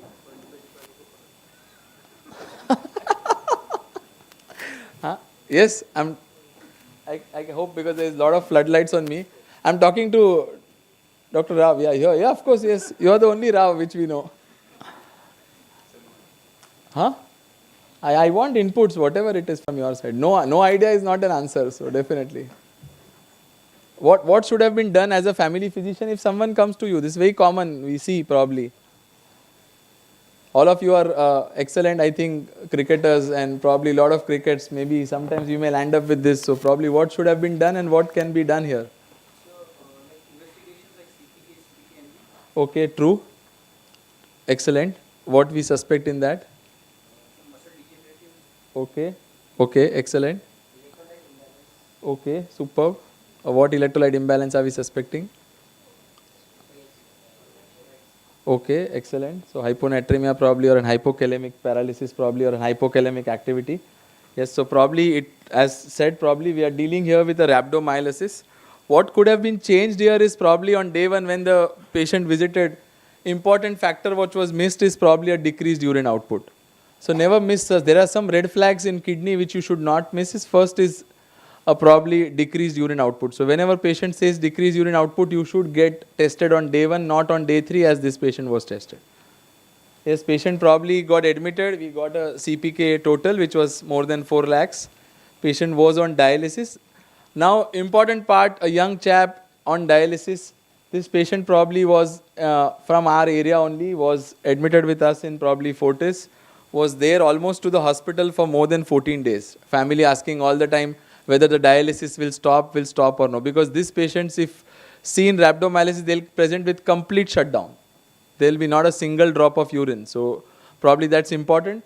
But yes, as said, acute kidney injuries, rhabdomyolysis do very well. More than 90% patients will recover. This chap too recovered. We don't need probably any steroids here. We just need wait and watch. It's a tubular injury which recovers well. This case probably, yes, it recovered well and probably patient is following up with a 0.8 creatinine. So important factors, all dialysis patients don't need dialysis continuously. So you need to find out the cause wherever possible. So I'll not go into details probably. 2. Second, yes. So case 2, 61-year probably watchman, diabetic, hypertensive, IHD, CVA. This was managed probably with me and Ankur, both of them together. Was admitted in one of the nursing homes where I got a call at night, probably that patient is having syncope, admitted with SVT. He had developed hypotension, oliguria and AKI. He went into a refractory VT where he received multiple sessions of DC shock. After which probably we took it over, transferred to patient. Patient, of course, because of cardiogenic shock had developed uremia, hyperkalemia, was initiated on dialysis. He received total of 9 sessions of dialysis. So as probably labeled, my diagnosis was a diabetic hypertensive IHD, AKI, cardiorenal syndrome. He's Raghunath probably. So very probably, so now this case probably he was on ventilator for I think more than 20 days. 20 days probably developed tracheostomy, multiple sessions of shock, continuous dialysis. Again same question, whether the dialysis to be continued or not continued, whether on a ventilatory patient who is probably into shock with refractory VT, whether we should treat or not treat, how aggressive to be, the question is probably. But definitely the relatives were questioned enough and they were probably saying that yes, we should go ahead. We continued all the treatment. Patient underwent probably a AICD defibrillator inserter also. He recovered from his AKI. Patient coming regularly for follow-up probably to me and Ankur. 4 years, yes. So 4 years to this probably. Absolutely 0.8 creatinine, no symptoms and he's working well. So probably case 2 where again critical cases, where to lose hopes, whether dialysis will stop or not stop and whether to continue the expenses or not expenses. So these are common questions which as a doctor or probably as a family physician again will be asked to you. So we do see them. So probably again question is dialysis can be stopped here. One more probably which we see commonly, 33-year-old male probably comes with fever, cough, was started on anti-tubercular therapy for pulmonary coughs. He goes to probably with a general physician, family physician with complaints of fatigue, weakness, gets tested, finds creatinine 22. Okay, of course, as probably common walking patient coming with a creat 22, the question was whether it's a false report or whether we should really treat it or refer it. So as rightly probably he was sent back saying that you repeat creatinine probably. The creatinine probably was repeated and the levels were 35. So this is a real case, no jokes here. Definitely we have seen patient was admitted, probably was initiated on dialysis. On evaluation we found out that he had some flu-like symptoms and definitely there was just generalized weakness, nothing else. Any specific reason? Lepto, okay, why will someone develop suddenly lepto? Why again rhabdomyolysis will be, there is no, except for generalized weakness I have not seen anything probably. No, this is pre-COVID. COVID we saw all COVID. Half went up and half went home. No data available. All the time in PP kits we never realized that we should write down something. So no. So this is probably rifampicin induced AKI. Very commonly seen. Yes. So when you don't stop rifampicin, if you keep on continuing, these patients can progress very rapidly. This is a rapid induced probably interstitial nephritis where patients may not have any symptoms. They are non-oliguric. You could just have fatigue, weakness and the creatinine keep on shooting. Okay, so yes, so patient has probably, we see urine eosinophils, interstitial nephritis like picture. Patient was on dialysis, put on low dose steroids probably for ATIN, recovered very well. Now the story is, the crux part here was with the family and with me probably is, sorry, I don't have the slide for. This patient was cured. We was told that he has a rifampicin induced probably. We didn't do biopsy because he recovered very well. Was told that he should not be started on ATT again. Goes to a second physician probably where he sees that cough ja nahi raha hai. The physician read everything, probably still started on a low dose. He was on 450 earlier, restarted on 300. Relatives were expert this time. They realized probably that the symptoms are again, after 10 days of starting, he again had the same symptoms. The creatinine went again up to 15. He was re-admitted. The story is probably that patients sometimes may act more smarter than us. So patient said that I told the new doctor that probably I don't need to start on rifampicin again. But due to whatever reasons, the new chest physician has restarted the rifampicin. So rifampicin never re-challenge the patient. It can be critical and patients may lose the kidney function permanently. Next probably. One more role of AKI which is more common, probably very common to all of us, lower interact symptoms. Patient probably comes with LUTS, was treated with tamsulosin, all investigations were done which showed post-void residue of 80, PSA of 3.3. Patient was started on tamsulosin, was doing well. On follow-up after 1 month, patient worsened and investigation showed a creat of 3. So very common obstructive nephropathy or obstructive uropathy, what we said. So patients can, then there is no, I said mics are not. They have asked for the No issues. So probably very common where we see these patients probably who come with obstructive uropathy, lower unit tract symptoms, where probably just catheterizing or advising them TURP may resolve the AKI. So again, important reason, whenever you are seeing a rise in creatinine, always work up the patient. It may not be a CKD always. Workup is very important and you need to do them in detail whenever needed. Let me know whenever, sir, the time, because I may keep on speaking, so I am not aware. Yeah, sure. So last case probably, very interesting, one more probably, 40-year female, non-diabetic, non-hypertensive, evaluation diagnosed with azotemia, anemia, creat was 8.5, borderline kidney sizes, bland urinary sediments, was started on dialysis somewhere, and in view of no improvement in urine output and parameters, were advised maintenance dialysis. Patient came to me probably for a tunneled catheter, and when we re-evaluated, because young lady, no premorbid conditions, was just started on dialysis around 6 weeks back. When we evaluated her, we found out that her calcium was 10.7, phosphorus was 5.5. So hypercalcemia with probably an acute or a chronic disease is what we were seeing. Patient was on maintenance dialysis. So hypercalcemia, what is the commonest reason, what we see and what can be offered to these patients?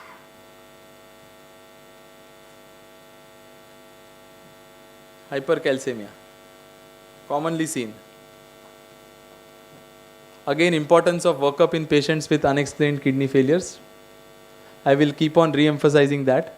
So multiple myeloma is one, definitely. Second is primary hyperparathyroid, which was evaluated here with a PTH of 11. Third is vitamin D toxicity. So here we found that patient had probably received multiple injections of vitamin D, as we say, or routinely for bone pains and weakness, which we keep on giving. Sometimes we give monthly injections. All my orthopedic friends probably are near and dear. They keep on giving calcium and painkillers, and probably we have a significant load probably of patients here. So yes, so patient was admitted again because she was already on dialysis. We started her on zoledronic acid, hydration, and found out that once I corrected her calcium, her creatinine started settling down. This probably incidence is around 3 years back, and she's still coming to me regularly with a creat of somewhere between 5 and 7. On maintenance dialysis, now off dialysis, of course she couldn't recover completely from her kidney shutdown. And she probably is one of, you can say, probably a good mouth to me, probably getting patients right from Gujarat to everywhere saying that dialysis can be stopped. So that is again one more case where we can probably say that yes, sometimes it can happen. So definitely you need to focus, because these are the one patients probably bolte na, you can probably, if you can cure one, probably that's more than enough probably than treating maybe 100. So that is one more case. Probably I'll end my talk here. Any questions I can take.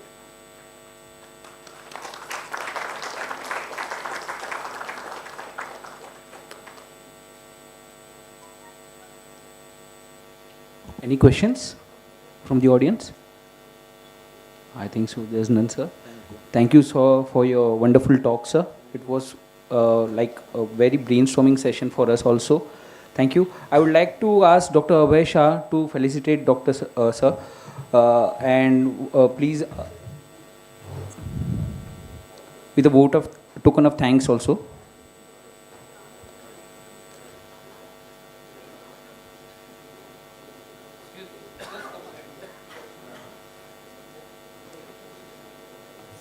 Lights, please.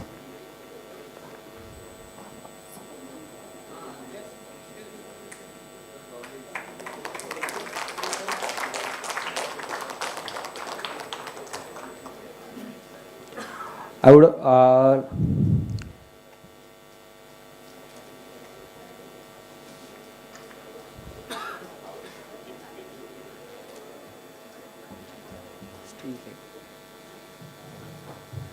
stage light, please. Stage light.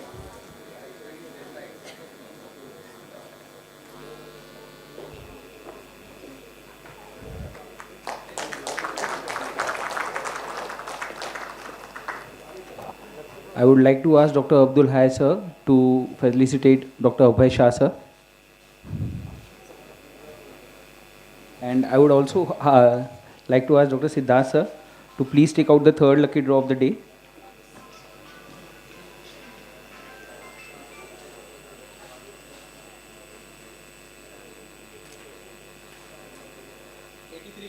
'83. I think he is not there. The next one.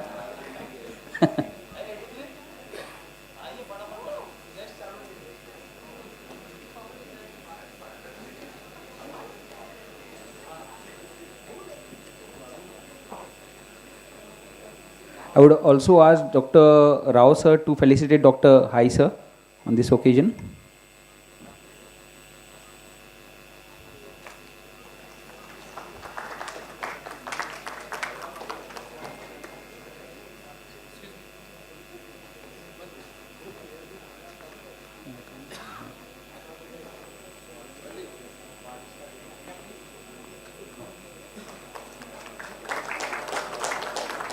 Thank you, sir. Thank you, Siddharth, sir, for a wonderful talk.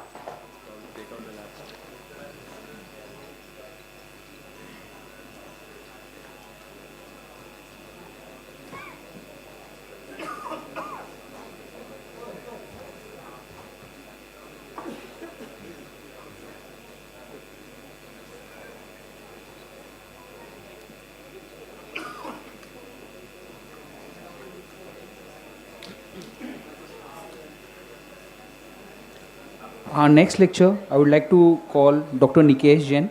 He's the intervention cardiologist. And for this lecture, I would like to ask for the chairperson, Dr. Priyesh Singh and Dr. Rajeshwar Sastri, sir.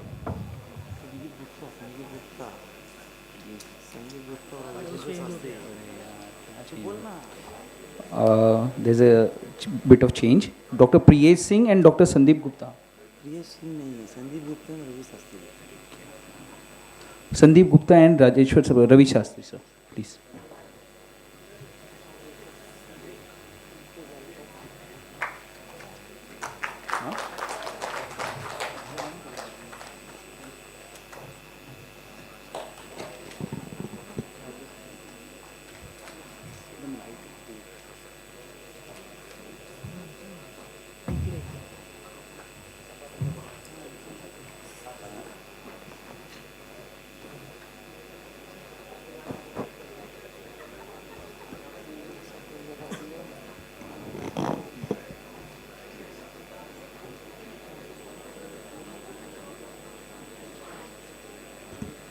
I would like to introduce Dr. Nikesh Jain, sir.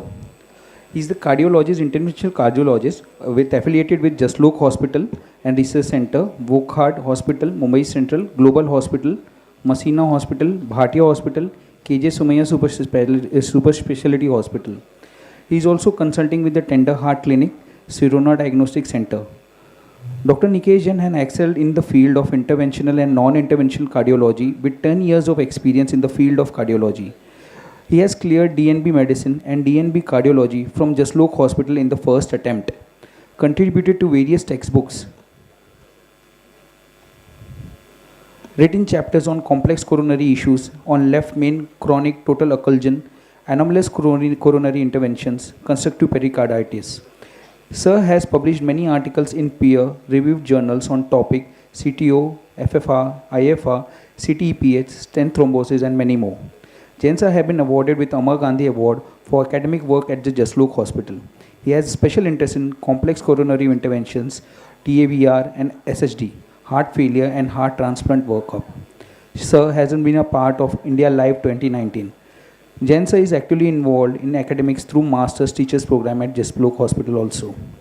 I would like to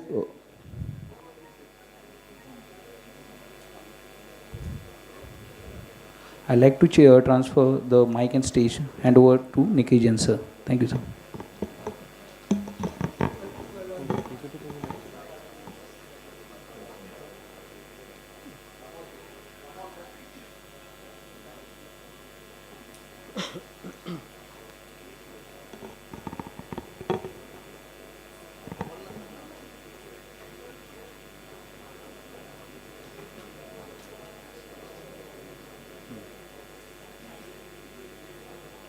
presentation क्यों नहीं आ रहा ये presentation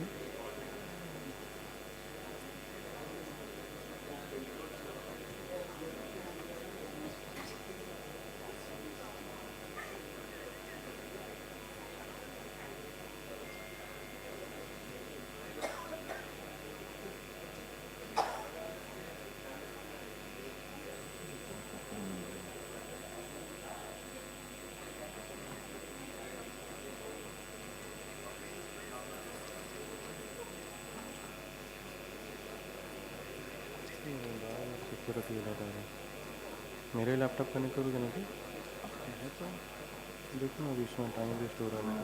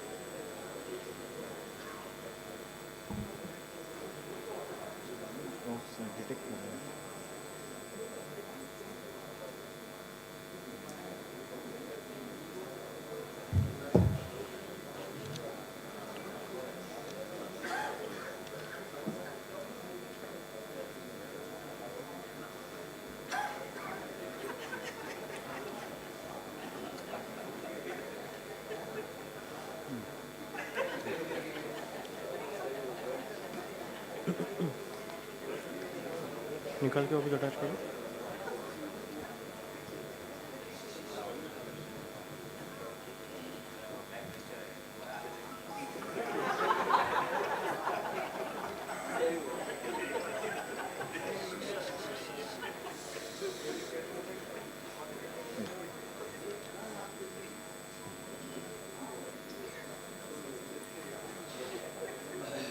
नहीं हो रहा है चलो आ गए ठीक है चलो okay Good evening, everyone. Congratulations, DAW, for this successful conference. First of all, happy Father's Day to all of you. So we'll begin with a very good topic. It's basically bread and butter for all the general practitioners also and for the cardiologist also. So the topic is quite basic, chest pain evaluation from cardiac perspective. So basically, acute chest pain is one of the most common symptom to all of us, even to our OPD basis, even to our casualty. Trust me, majority of the cases are non-cardiac, but still, cardiac component still has the characteristic of the pain, still contributes to 20 to 25% of the cases. And the diagnosis is still missed in 10 to 15% of the patients, which can be life-threatening. So the diagnostic dilemma, whenever a patient comes with a chest pain, we have to have three things. It is whether it is a life-threatening cardiac chest pain, non-cardiac life-threatening pain. So not all pain are cardiac and not threatening pains are all cardiac. Even non-cardiac pains can be life-threatening also. Non-life-threatening, non-cardiac pain, so that is safe for all patients. We can comfortably discharge the patients. So among the admitted patients, 25% will have a final diagnosis of acute coronary syndrome. Another 25% will be discharged with a diagnosis of chronic stable angina, and non-ischemic cardiac problem will still have a significant proportion of 10 to 19%. So when we open a textbook of evaluation of a chest pain, there will be almost 100 of causes. But the key to diagnosis is a good history taking, which is most important. So causes of chest pain which can be life-threatening more often is primary cardiovascular, which is ACS, pericarditis, myocarditis, stress cardiomyopathy, tachyarrhythmias, LVH and hypertrophic cardiomyopathy, acute aortic syndromes, and to more of the non-cardiovascular causes like gastric disorders, esophageal spasm, simple cervical spondylosis, rib fracture, costochondritis, which is commonly the common cause of Tritt syndrome, what we call. The first and foremost, whenever a patient comes with chest pain, is the same diagnostic dilemma, whether the patient is stable or not. That is a dictum for any symptom that the patient presents with. Give attention to airway, breathing and circulation. If all three parameters are okay, if the airway is intact, patient is breathing comfortably, saturation is normal, blood pressure is fine, his respiratory rate is fine, you can safely evaluate on an OPD basis rather than admitting him in an urgent basis. There are few causes which require urgent admission is ST elevation, myocardial infarction, massive pulmonary embolism, aortic dissection, pericardial tamponade. The key to differentiate is history, clinical examination. STEMI will have classical angina features, which I'll come across later. Massive pulmonary embolism, you will find patient with breathlessness will definitely give a history of some leg swelling and some history of long travel, so most commonly which is air travel, because patients are quite immobile in a prolonged air travel. Some prolonged debilitating disease recently which patient was bedridden, like fracture surgeries or prolonged major surgeries which the patient was bedridden. Pericardial tamponade, the pulse will be feeble, the JVP will be high. So these are the common indicators to differentiate all these major illness. So when the patient is airway, breathing, circulation is fine, you don't find any warning signs, obtain a 12-lead ECG and a chest X-ray. ECG, if it's normal, most often rules out any major heart illness. X-ray to look for all these pericardial effusion, pneumonia, or any rib fractures. So these two are common investigations which can be done and are easily available. So first, history and clinical examination, ECG and an X-ray, and then comes the cardiac biomarkers. So coming to angina pectoris, so what the pain is classical like, okay?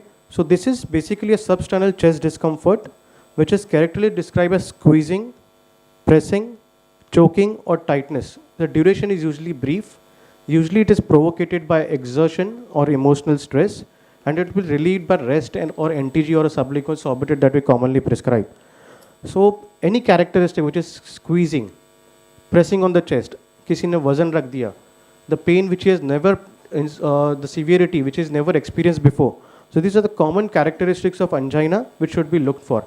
If you feel that it's classical angina, even if the ECG, 2D echo, stress test, everything is normal, I would still suspect the patient for angiography rather than waiting for him to have ACS later on. The site of discomfort is retrosternal usually, or the left side of the chest, but it can radiate to the left arm, neck or upper abdomen also. So as we say, the anginal pain can go from neck, jaw up to the umbilicus. Okay, so don't be in misbelief that pain will always happen in retrosternal area or the left side area. It can happen bilateral shoulders, bilateral chest, upper abdomen, neck and jaw also. There is a typical what we call as choking sensation which the patient describes. The choking sensation jaisa feel hota hai chalte waqt. That is also angina. Jaw pain while walking, that is also angina. Most common symptom which is misleading is dyspeptic symptoms. If the patient says that the patient had never had dyspeptic symptoms before and suddenly in the middle of the night or out of the blue when he's just working in an office comfortably, he's having some dyspeptic symptoms, retrosternal burning, don't every time mistaken it for acidity. Always get an ECG done. That is also a common symptom which is often picked up late, and the ECG is always suggested we evolved MI later on. So there are few characteristic features which will definitely tell you that it's a non-cardiac pain. So basically sharp pain, pain which happens on inspiration, that is a non-cardiac pain. A pinpoint location of the pain, that is non-cardiac pain. Angina patients will always tell you it's a diffuse pain in the chest or in the retrosternal area. He will never tell you that it's a pinpoint pain. Pinpoint pain, pleuritic pain, pain which he tells that यहाँ पे दबाने से pain होता है, that is tender pain, that's not a cardiac pain. Constant pain which is persisting for hours or days, that is not a cardiac pain. Very brief episodes relieving on its own, coming back on its own, that's a typical muscular pain, that's a nuisance pain. Don't evaluate it further, or at the max if the patient has risk factors, you can get a 2D echo and a stress test done. Pain that radiates into lower extremities, it's not a cardiac pain.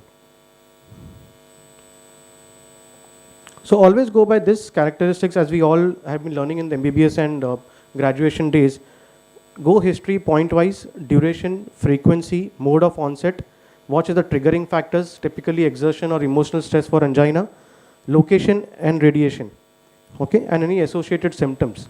Because the MI is also common associated with diaphoresis, loose motion sometimes.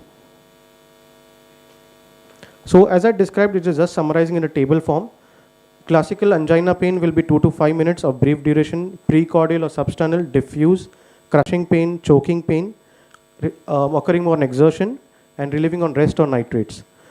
Sharp shooting pain, lancing, catching, or just pain occurring on inspiration, it is not a cardiac pain. Pain persisting throughout the day, intermittently coming and going, it's not a cardiac pain. Because if you diagnose by history, you will avoid unnecessary investigations and the patients also will be happy that the diagnosis is correct and we are not being subjected to unnecessary investigations. History is most important. Always correlate with risk factors because diabetics, old age, they will have very atypical symptoms. So don't take their pain very lightly. Always evaluate with at least an ECG echo. If the baseline ECG echo is normal, you will have some time to provide some test or any other form of stress test later on. Variants of angina, that is angina equivalents. So that is, I told you that the atypical sites of pain, ulnar aspect of the left forearm, choking sensation, jaw pain, the dyspeptic symptoms which are described, development of gas, belching, these are also our angina equivalents. Prinzmetal angina, it was commonly described before. It is difficult to diagnose. It is basically more common in males and smokers. It happens because of the coronary artery spasm. Okay, it is very difficult to diagnose. There will be some dynamic ECG changes also. But only way to prove sometimes it's only a coronary angiography because stress tests and all will not pick that up. Nocturnal angina, it's a severe symptom. Most often nocturnal angina patients will have either a triple vessel disease or a left main disease. Basically, it's a manifestation of unstable angina in night. The mechanism being the diastolic pressure being low, arrhythmias, which cause all this nocturnal angina. Postprandial angina is also an anginal symptom. Because of the redistribution of coronary blood flow, it is also a marker of severe coronary artery disease. Walk-through angina. So patient who is able to overcome an attack of angina, okay, which is initially on exertion. But when the patient continues to walk, the pain disappears and he is comfortable walking. So warm-up phenomenon and walk-through angina, these are also characteristic angina. Don't be mistaken that the patient is feeling better because he continues to walk, but that is also a form of angina. Patient will have angina in the initial 2 to 4 minutes, but when he continues to walk, he will be able to walk for prolonged duration without any symptoms. But that is also a walk form of angina. Microvascular angina, as we are commonly seeing, that the many patients are typically describing of angina on exertion, specifically females, obese, diabetics. But when we do our angiography, it is completely normal, or sometimes what we call it has slow flow. So heart vessels that we see on angiography, that is only 5% of the coronaries which we are evaluating. There is a lot of microvasculature, what we call, which you are not able to see on coronary angiography. So when this microvasculature is affected, it's very difficult to treat. They will have typical symptoms, but they won't have any major effect if the coronary epicardial arteries are normal, that the major arteries are normal. But it's difficult to treat. We give Nicoran and all, but it's sometimes difficult to treat these patients. Now coming to this acute coronary syndrome. So whenever patient has chest pain on exertion and which is persisting for prolonged duration, 3 months, 6 months, and is not increasing in severity, that we call as chronic stable angina. But when the symptoms are worsening, now the patient has angina even on 2 minutes of walk, patient has angina even on 1 minute or even any emotional stress, and the angina is persisting for prolonged duration, not relieving on rest, then it comes into the picture of unstable angina and acute coronary syndrome. There are 3 subsets in that: unstable angina, non-QA myocardial infarction, and transmural myocardial infarction. And unfortunately, sudden cardiac death is also a manifestation of unstable angina that we commonly see nowadays in newspapers and medias and everything, even young patients presenting a sudden cardiac death is the first feature. So whenever a patient has acute coronary syndrome, first the symptoms are worsening, but ECG, 2D echo, enzymes are normal. Okay, so that is a stage of unstable angina only. Patient has classical unstable angina features, ECG showing changes, and top eyes are positive. So that is non-ST elevation myocardial infarction, means that is an unstable angina with ECG changes, but not progressed to ST elevation myocardial infarction. These patients are first stabilized and then projected for angiography and angioplasties. ST elevation myocardial infarction is a medical emergency. Patients has to be subjected for either thrombolysis or primary angioplasty, which is the preferred modality. So as I described before, unstable angina, the symptoms are worsening, but ECG may or may not show changes and the enzymes may be normal. But if the history is classical, don't let the patient go. He will come back with a sudden cardiac arrest or a STEMI. So this is a patient with acute inferior valve STEMI. As you see, there are ST elevations in 2-3 AVF, and this is the classical feature, and this is the 1 AVL changes which are there. These are what we call as reciprocal changes. The corresponding leads sometimes show reciprocal changes. So this is not an NSTEMI, it is an ST elevation myocardial infarction. Can someone tell me what is this?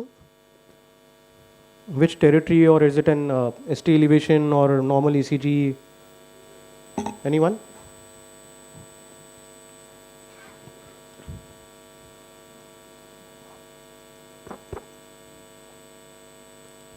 So should we subject for patient for primary angioplasty or thrombolysis?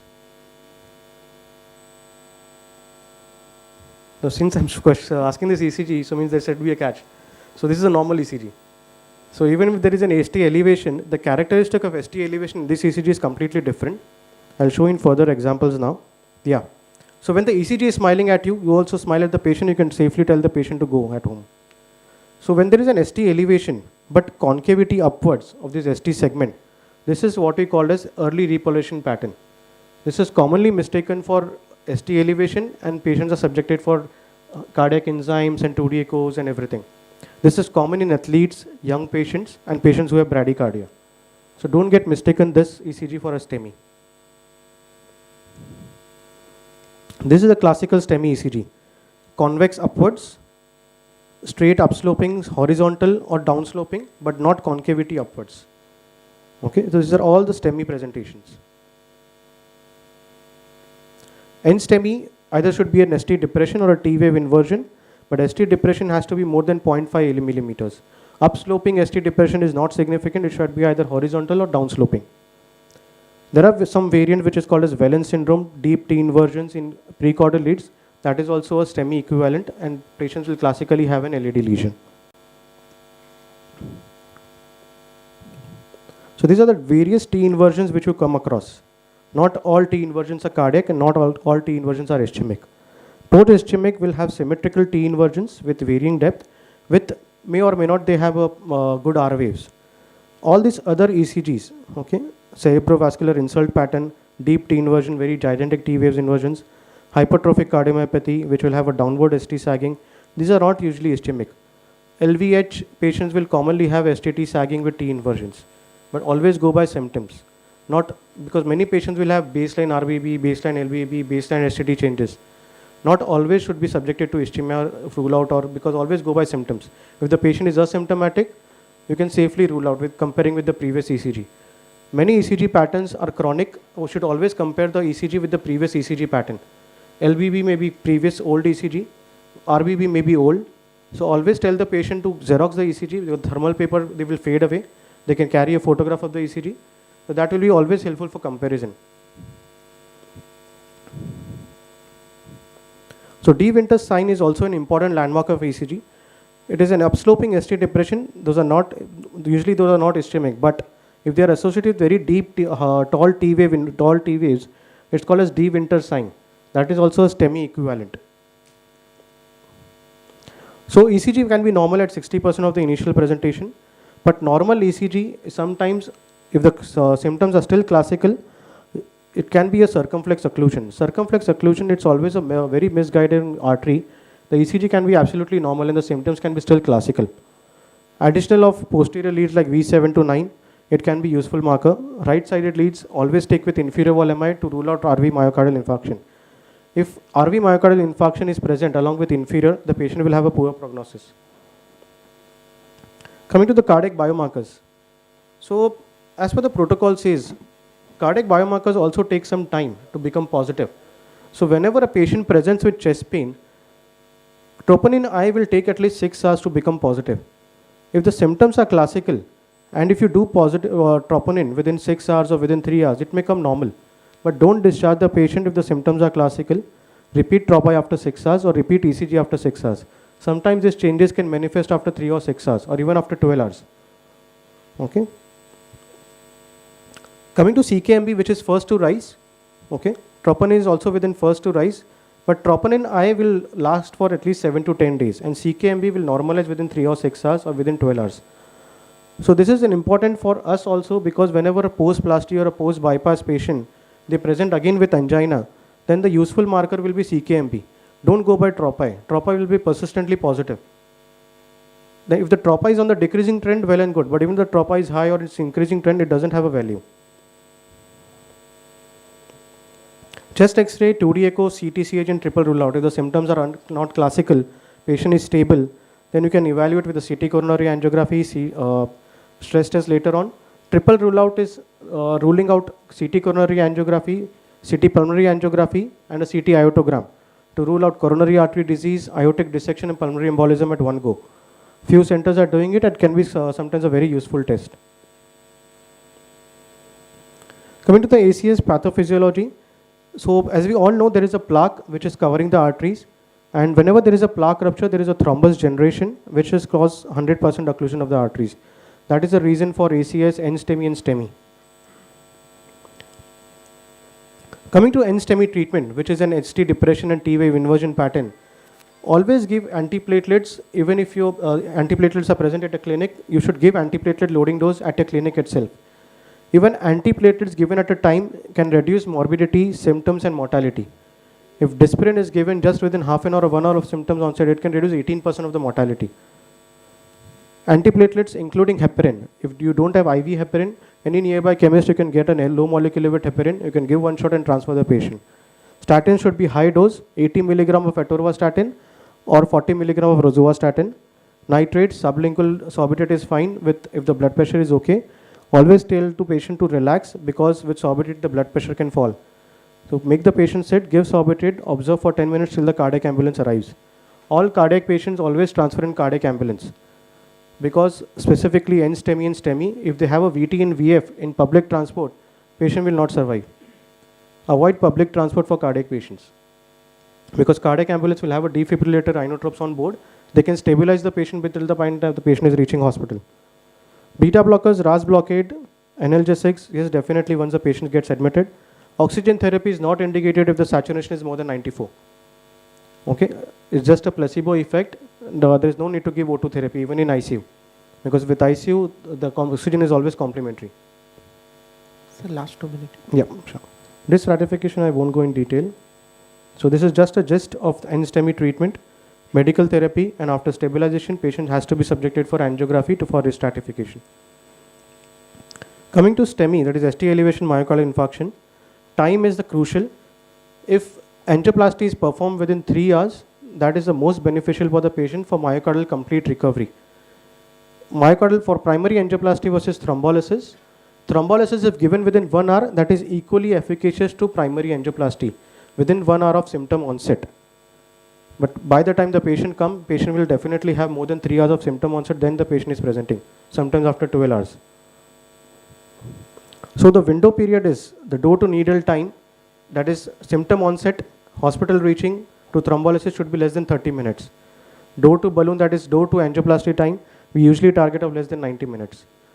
So time is very crucial, because if the myocardial damage is permanent, even if you do thrombolysis, even if you do angioplasty, patient will not have benefit. The myocardium is not going to recover.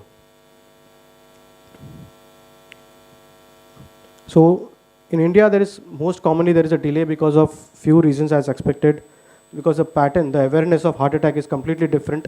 The way they show in movies and the public perception of classical symptoms of only left hand pain, arm pain, that is completely wrong. There are a variety of symptoms of angina.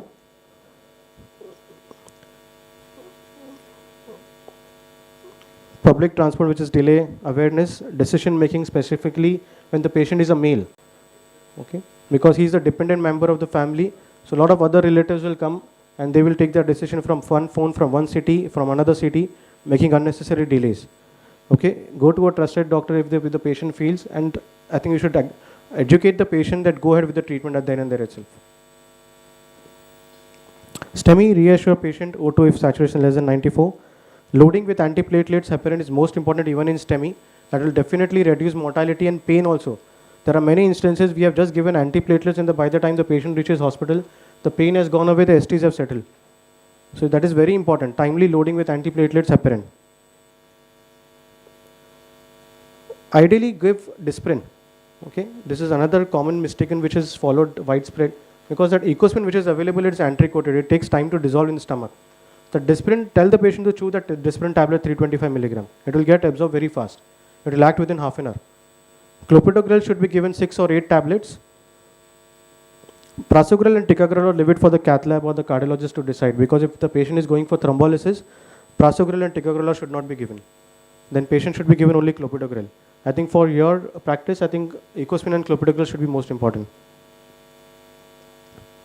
Pre-hospital thrombolysis. In Mumbai now the cath labs are widely available within 2 kilometers of every residence now. Pre-hospital thrombolysis is indicated if there is a delay between the symptom onset and primary PCI.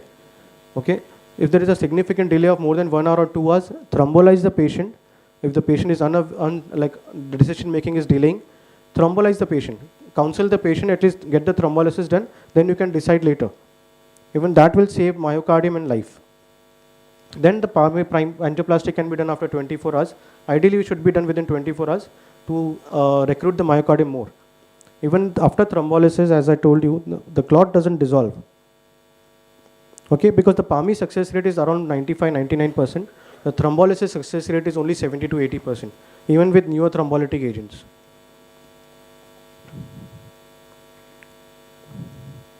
So this is what we do in, this is a patient which is there with 100% occlusion. So this is a typical presentation of patient with ST elevation myocardial infarction. After thrombolysis, the clot gets dissolved, but the blockage still remains. That is why I will still stress for that even if the patient is thrombolized, patient is symptom-free, hemodynamically stable, still subject the patients for angioplasty within 24 hours to give maximum benefit to the patient. Primary PCI, it's very effective, though it's invasive and slightly expensive. But if you count the total cost of thrombolysis, hospital admission, and which patient will definitely require angiography and angioplasty, the cumulative cost of primary PCI and thrombolysis will come to the same. So we do angiography in PAMI. This is L6 which is 100% occluded. There is a special catheter which removes the clot. There was a lot of videos which was running, but this is just one of the methods to remove the clot. It is not a complete solution for primary angioplasty.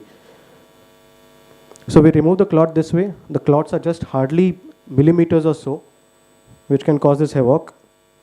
Then we do pass in a wire and we do complete angioplasty. And you can see the result, the artery is completely widely open. So primary PCI is preferred.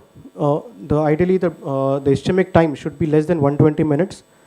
And other indications are if the patient has failure to thrombolysis. Because if the thrombolysis has failed, patient has persistent ST elevation, chest pain, patient should be immediately transferred for primary angioplasty.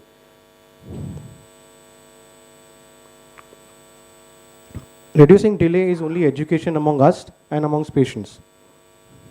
Okay, so door to ECG time, these are the targets that we achieve for STEMI. Door to ECG time should be less than 5-10 minutes. Door to balloon time should be less than 90.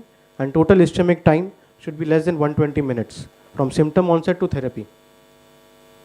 Okay, so apart from logistics, PCI seems to be superior modality.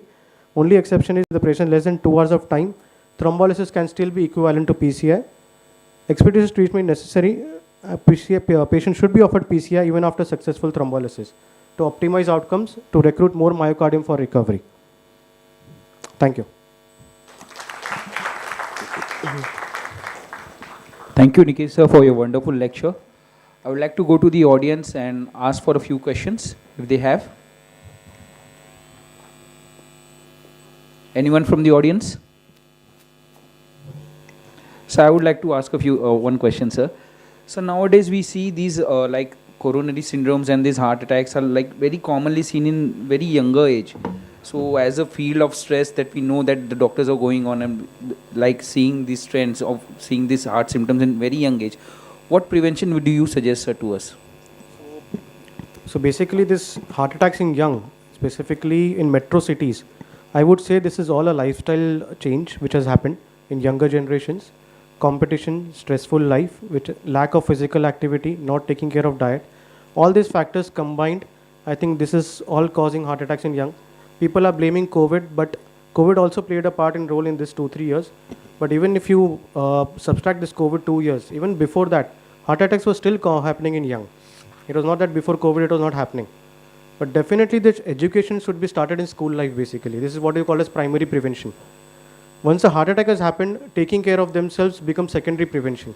But to delay the first onset of heart attack, that is primary prevention, that has to happen in school life. We should teach our younger generations how to lead a successful, healthy life. Like we can see the grandfathers, they used to exert a lot. The diet was restricted to home-based diet more often.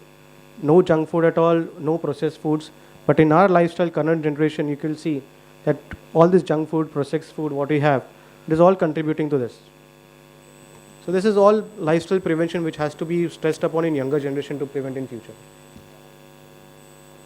Thank you, sir. Thank you for that wonderful information. I hope so that information goes to the root level and our young generation goes out of it. I would like to ask Dr. Nikesh Jain, sir, to take out the lucky draw of today's lecture. Number? 35. 35 in the audience. Anyone, or should I take it? Bad luck of mine.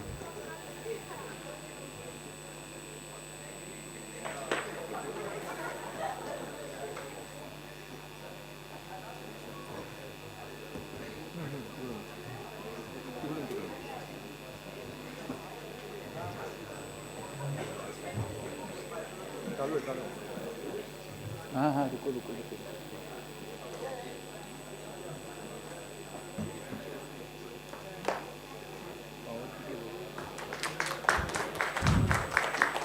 I would like to ask Dr. Sandeep Gupta and Dr. Rajeshwar Sastry, sir, to felicitate Dr. Nikesh Jain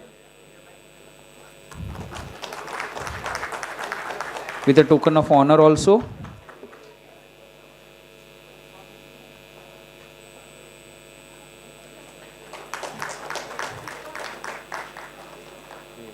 Thank you, sir. Thank you for your valuable time, sir. I would like to ask Dr. Rajeshwar Sastry to felicitate Dr. Sandeep Gupta. Please, both on stage, please.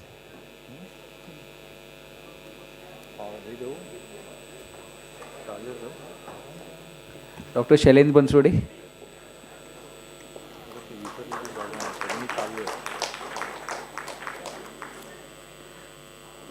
I would like to ask Dr. Anil Yadav to come on stage, please, to felicitate Dr. Sandeep Gupta.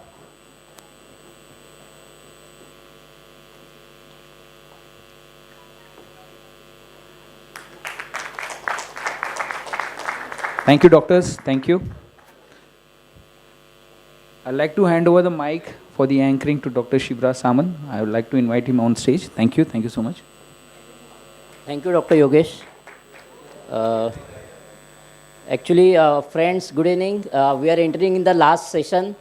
This content of 2 lectures, which is covered by dynamic couple, Dr. Vaidehi Dande and Dr. Ankur Vatarfekar. So, first of all, I like to invite Dr. Vaidhi Dande, pediatrician and neonatologist. And for the chairperson, I like to call Dr. Manjiri Rathod and Dr. Vaishali Vansode.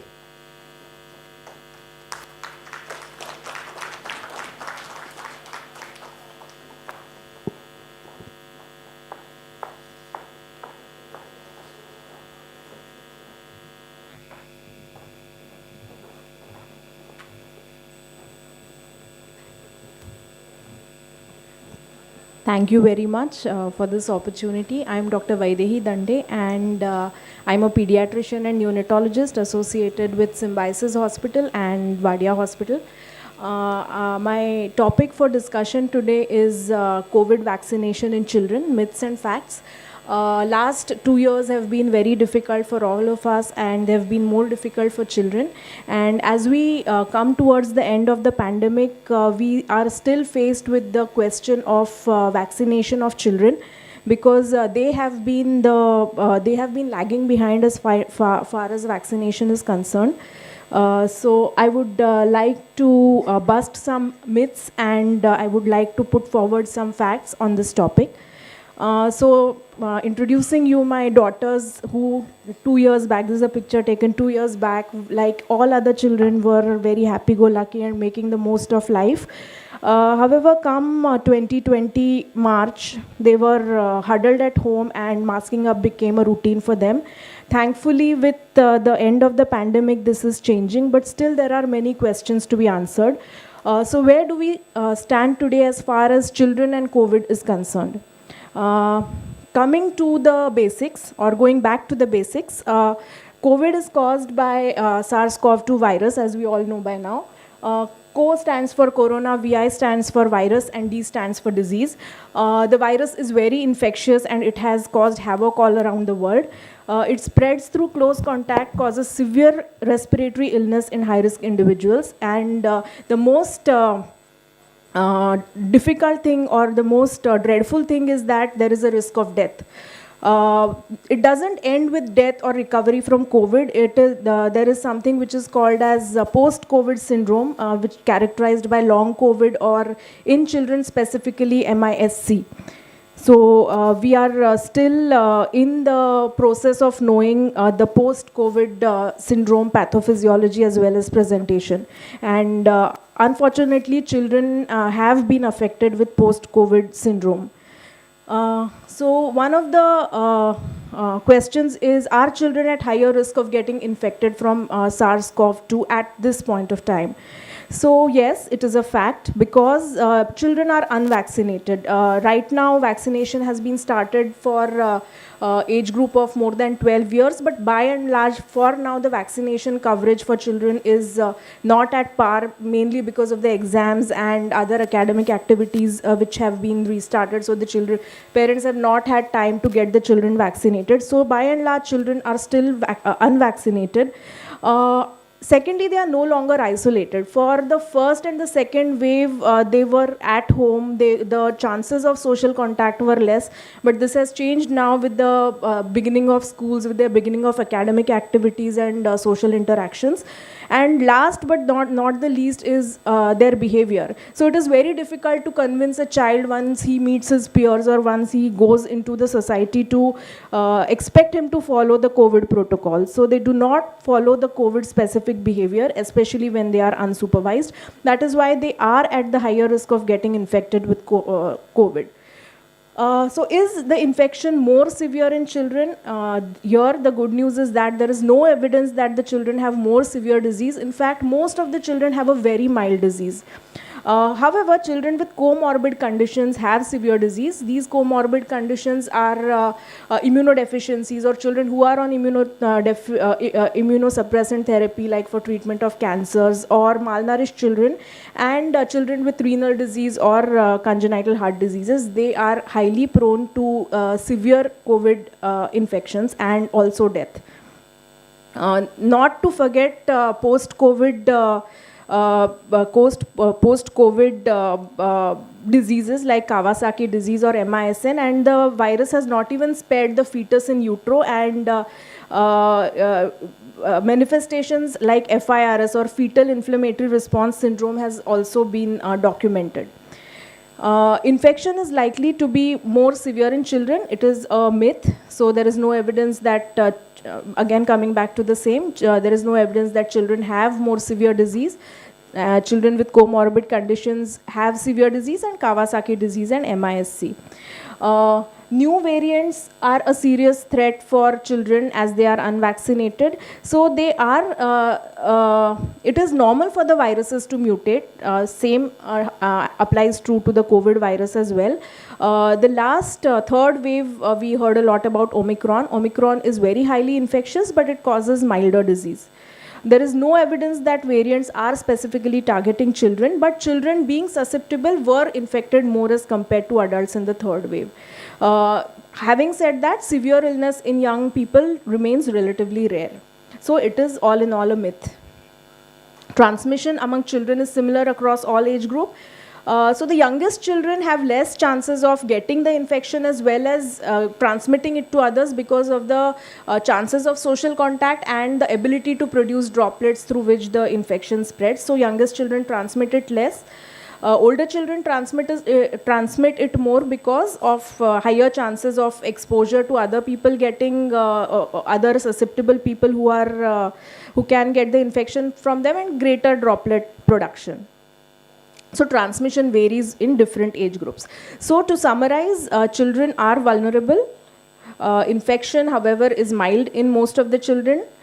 Controlling the spread of of infection among children is difficult, and chances of acquiring infection is less if COVID-specific behavior is followed. So coming to the clearing question, which is vaccination for children is the final solution. Is vaccination in children the final solution to keep them safe and to control the spread of COVID? So vaccination, as is true for adults, is only one of the strategies of preventing the children from getting infected. Parents should continue to encourage their children to take same precautions as before, especially when there are outbreaks, or especially in places, overcrowded places, or especially when children are attending social gatherings. This goes a long way in preventing infection and also spreading it. So vaccination for children is not the final solution. It cannot replace the hand hygiene and other practices which are widely recommended to prevent the infection. So all of us are aware of this Swiss cheese model of infection prevention, and here you can see the initial steps are personal responsibilities like physical distancing and hand hygiene, followed by responsibilities like masking up and avoiding touching your face whenever required. And the last is the vaccine, and same holds true for children as well. Should children get the vaccine before they go back to school? So most of the schools have started and most of the children have started going to school, so it is not necessary. Right from the first wave itself, in many countries schools have been kept open successfully, but at the same time the other measures of preventing infection were stressed, and vaccination of school staff should be ensured, and home isolation during sickness should also be ensured. Other public health measures should also be in place. So why are we emphasizing on going back to school? Because it is not just the COVID infection, but the other things which the children are, it is being observed more and more that children suffered a lot. They were one of the most marginalized, you can say, part of the society as far as the infection was concerned, because they were huddled up at home. They were not allowed to mix up with the society. It affected their development, it affected their psyche in a major way, and we don't know the effects as of yet, but right now what we really know is that they have undergone a lot of emotional distress. Sorry for that. Yeah, one slide is not playing.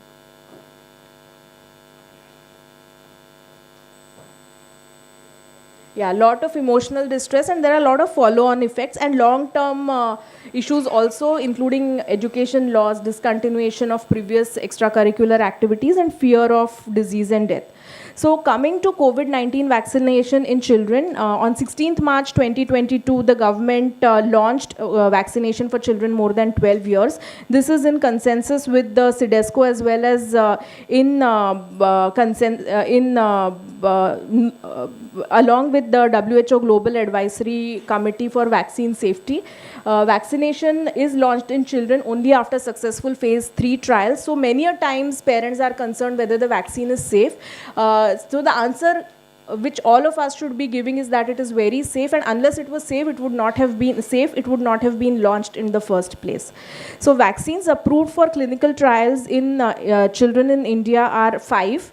The Zydus Cadila vaccine, Bharat Biotech's Covaxin, which is a killed vaccine, Serum Institute's Covovac, which is a viral vector vaccine, Biologicals Corbevac, which is being used right now. It is a protein subunit vaccine, and Johnson & Johnson's vaccine. So presently the only available vaccine for children in India is Corbevac, although Covaxin has also been recommended. It is approved for use between 12 to 18 years of age at present, but it can be used at a younger age also. Right now the government has only launched vaccination between 12 to 18 years of age. It has shown good efficacy and antibody protection in kids. It can be used for children more than 2 years of age. So more about Corbevac. It is a protein subunit vaccine. The protein subunit which is used is the recombinant spike protein. The vaccination schedule is 2 doses, 28 days apart. Intramuscular injection, the storage is 2 to 8 degrees centigrade. Eligibility for this vaccine is anybody who is born before the year 2010 is eligible for this vaccine. Online registration is required for getting the dose on CoWIN, and as I already said, it became available from 16th March 2022. Covishield and Covovax, these are also under trial. So between 3 to 17 years of age, they have been found to be useful and safe, but they have not yet launched for routine use in children. They may be approved in the next 6 months. Zydus Cadila vaccine is a needleless vaccine, so it is a painless vaccine. Again, it can be used for children above 12 years of age, but yet it is not available. So the question is, does vaccination, because more than the protection which the vaccine is going to give, the parents are more concerned about the side effects that the vaccine might cause. So does this vaccine cause a lot of side effects? So Corbevac as of now has not been known to cause any significant or life-threatening side effects. It can just cause a mild fever or a muscle pain, which will last for 48 hours and then it will go away. Serious side effects like myocarditis have been described for the mRNA vaccine, which is the Pfizer and the Moderna vaccine, while with Covishield, thrombotic thrombocytopenic purpura has been reported, but Corbevac is very safe in children. So the next question is what next? What to expect next? So at the national and global level, the benefits of vaccinating children to reduce the risk of severe disease and death is much less as associated less than those associated with vaccinating older children. However, since we need to ration the number of doses available and the number of children which need to be vaccinated, which comprise around 25% of the entire population of the country, vulnerable population are given a priority. Now, what is this vulnerable population? Vulnerable population are children with comorbidities. So initially the vaccination started with more than 60 years, then the age was reduced to 50 years, then the adults were taken in, then 12 to 18 years, and now the children with comorbidities would be taken up for vaccination. This is in order to protect those who are likely to get severe disease, and for adolescents, that is the population which is likely to spread the disease. So better vaccination coverage in India will help in attaining herd immunity. We need at least 80% of the population to have good antibody titers, and children, as I said, comprise 25% of the entire population, which is an important fact, and that is why so much stress on vaccination in children. So rather than protecting the children from the disease, it is in order to acquire herd immunity and to prevent transmission of the infection to the more vulnerable population. So what to expect is preferential vaccination for children with comorbidities, priority to vaccinate parents of high-risk children. So this was, before vaccination in children was launched, it was very imperative for vaccinating parents of children who had comorbidities, because parents, it is possible that parents might spread the infection to children, and then the children might get severe infection. So this holds true even now. Adolescent children of high-risk parents can get vaccinated. And what about the vaccination of the younger children? It is at least around 2 to 3 months before it is available on a wide-scale basis for younger children. So to summarize, vaccination for younger children would be available soon. First priority for at-risk children or children with comorbidities. Vaccination in children is safe and effective, and it reduces intergenerational transmission. Vaccination should not be a criteria for sending children to school. Teachers, family members, and other adult contacts of children and adolescents should be well vaccinated, and those who are eligible for a booster should receive the booster as well. And the vaccination would be available on a widespread, large-scale basis for all children in the coming few months. So we are already having all our kids going back to school, and I hope we are able to see such smiling faces again in future without any scare of getting COVID or severe COVID infection. Thank you very much. Thank you, ma'am, for this wonderful lecture. Thank you so much. Thank you, ma'am. In hush, we have missed the introduction of ma'am. So I may request Dr. Vaishali to introduce ma'am. Thank you.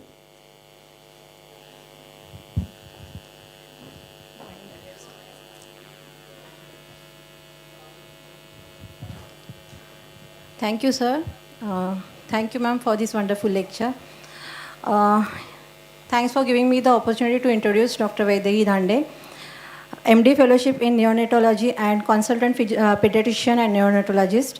Dr. Vaidehi has completed her MD at KM and trained in Neonatology at Wadia Children's Hospital, and has spent over 12 years in field, gaining valuable experience and knowledge working at premium institutes. She loves kids and acknowledges that child health greatly impacts and affects adult health.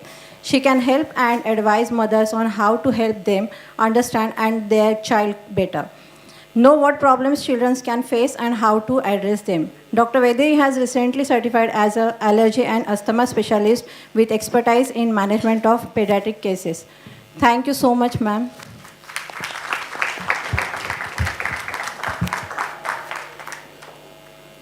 I will request Dr. Manjiri Rathod to felicitate Vaidehi ma'am.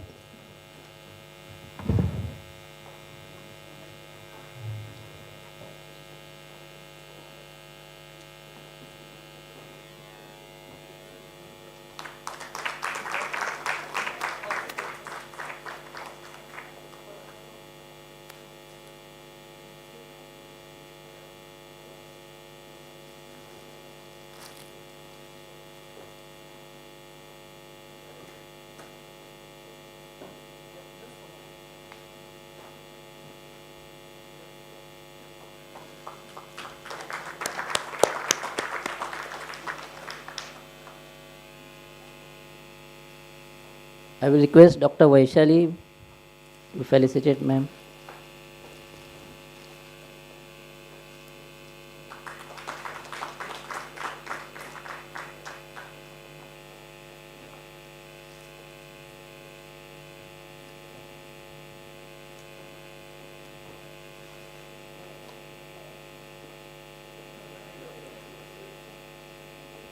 Lucky draw of this session.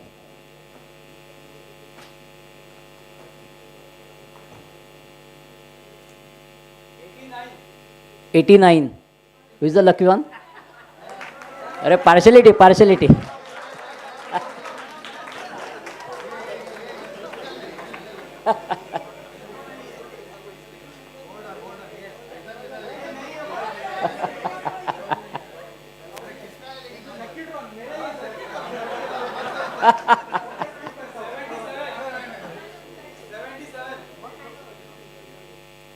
77 number.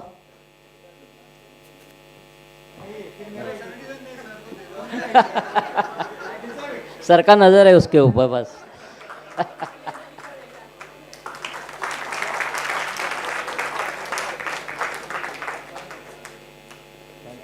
Thanks a lot. I will like to request Dr. Ankur sir. Sorry. I will request Dr. Vaishali Bansude to felicitate Dr. Manjiri Rathod.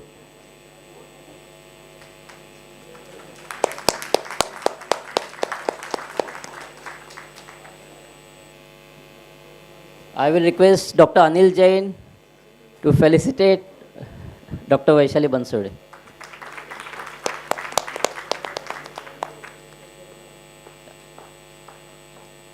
I will request for the chairperson 3 names for this last session: Dr. Priyesh Singh, Dr. Shaligram Gupta, and Dr. Yogesh Yadav. And I will request Dr. Yogesh Yadav to introduce Dr. Ankur sir.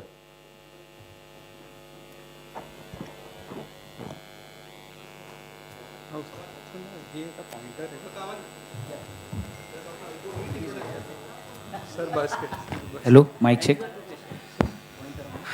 Thank you, sir. Good evening, friends. I would like to introduce Dr. Ankur.